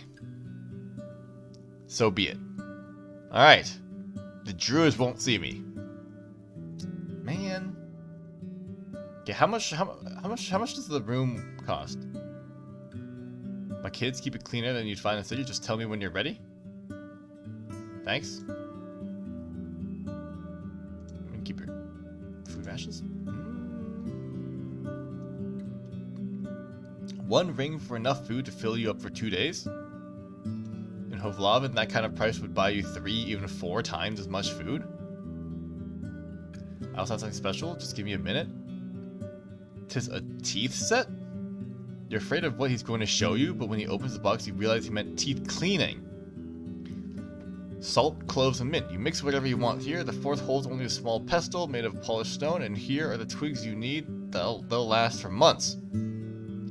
She takes a deep breath. Well, we do not let ourselves bathe in our creek, but give me 2 dragons, and I'll ask my kids to get you in shape. You'll get a tub with soap and rose oil, and they'll wash your clothes in water. Oh. Teeth cleaning set. A set to help keep your teeth clean. In an hour, you'll get as much food as you can eat and a proper bath with laundry. Whoa, I'm not hungry though. Honestly, give me this. Teeth cleaning set. Yes. Someone dreams of a healthier smile. I've got the hazelnut twigs in the sheath, but can replace them in nigh time. What taste are you looking for? I can replace them in no time. Hazelnut is fine. Let's go with oak, maybe willow. Apple? I'll take the walnut instead. Does it matter? Give me apple tree. What else do you need? Thanks. Is it too early to sleep? Is that why? Okay, let's travel a little bit more then. It takes 2 hours to get back here. Oh my god. oh my god. This place is huge. Holy shit. Let's go over here. The path gets greener and meanders between treacherous precipices. The air here is a bit dry. Let's hope that the echo of hooves won't reach any larger beasts. Down again, small moist valley. Look behind you, the road is clear, no ambushes so far, but if you hope to clear this place, it'd be better to do so Soon, it'll only get denser with the passage of days. I'm not afraid of getting tired. I'll get this done in half the time. It's getting late. Better look for a place to sleep. I don't want to get this done today. I need to work hard. Let's seek shelter. It's too dangerous to sleep here. Okay, let's go back here then. Alright. Head to the stables. Spend a few minutes with Dia. Stable master, okay.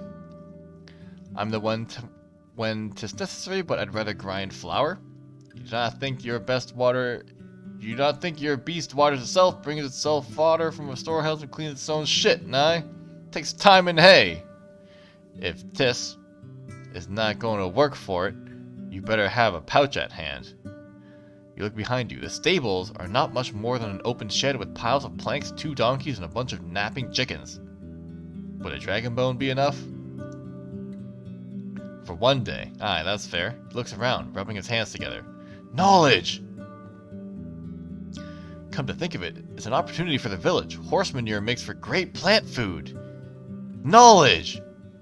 Describe what you've learned during your studies, and the man stops paying any attention. Fine, fine. I'll grab a shovel and a barrow. Issue sold. Money saved. Yes.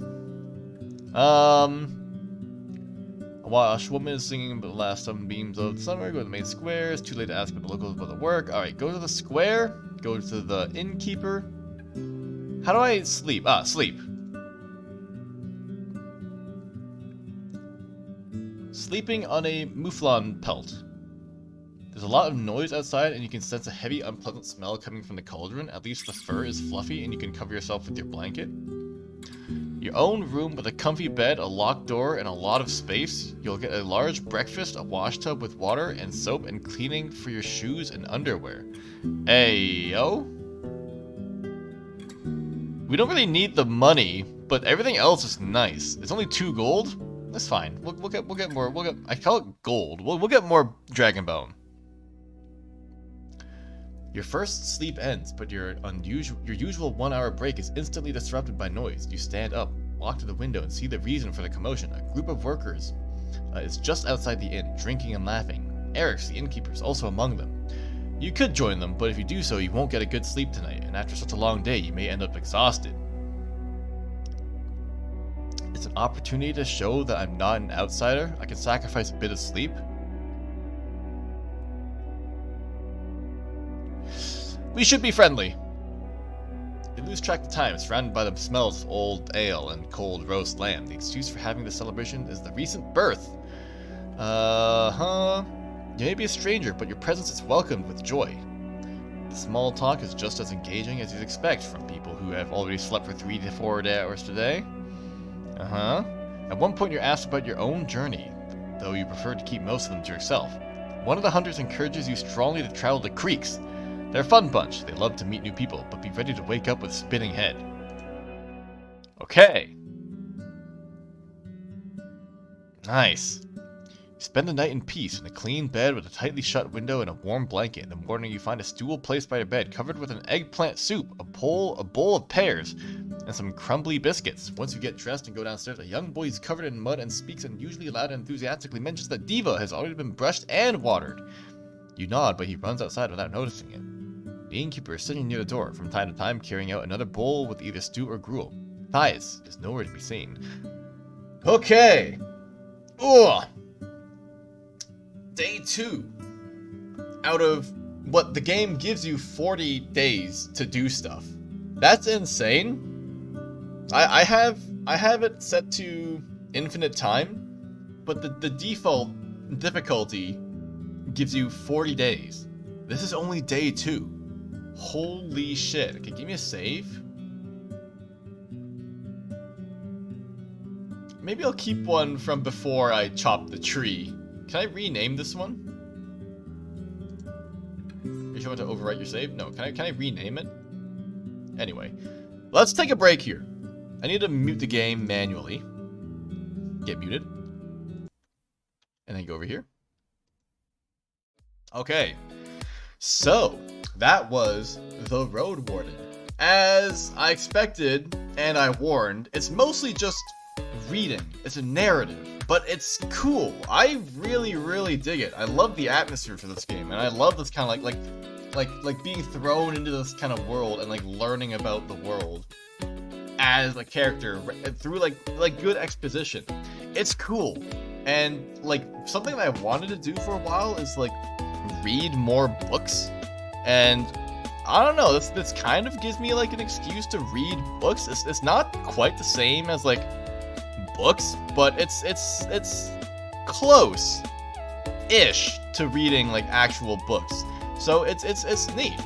It's neat. I'm thinking it, but it's similar to Valhalla that I played before actually, where it's like a lot of reading, and it might just not fit very well. So I don't know if I'm gonna play this game more on stream. I can definitely see this, especially since it's so long, something that I would just play like on my own, where like I don't have to worry about, you know, reading it out loud and stumbling over my own words, and I can just kind of skim the text rather than, you know, reading it more in depth. So I might just play this game on my own, but it's a very, very cool game. I'm really digging it. There's lots of stuff in this game so far that's seemed really cool. Stuff like how you can put in your own things to ask for like people about, and like just the way you can interact with the world, and how it kind of forces you to move on to new places and to not stay in one place for too long. So it's cool. It's very cool. But yeah, I think that will do it for today. We'll have another stream on Saturday where we're playing, guess what? More Persona. It's insane how much Persona we've played in the past little while, but we're playing more Persona on Saturday. This time, hopefully, with my controller working. I uninstalled the driver, restarted my computer and everything, reinstalled the driver, and the controller, excuse me, seems to be working fine now. So, hoping that the controller is going to be okay on Saturday. So far, it seemed like every time that I wanted to stream, that my controller was like, no, I'm just going to explode and not work anymore. So, hoping that, you know, it'll be okay on Saturday and I can finally play Persona again with a proper controller. And if it works, then we'll even be able to play Thumper next week as well. So, we'll see. We'll see. My coughing is better, I think. I cough a little bit every now and then. I hope I'm not getting sick. I swear to God. I hope I'm not getting sick. I already got the flu. I feel like I should, you know, be free from getting sick for the rest of this year. I already had the flu, so we'll see. I will keep you guys updated, but until then, I'll be back here on Saturday playing more Persona, so please enjoy the rest of your week, and I'll see you back here soon enough. Alright, bye!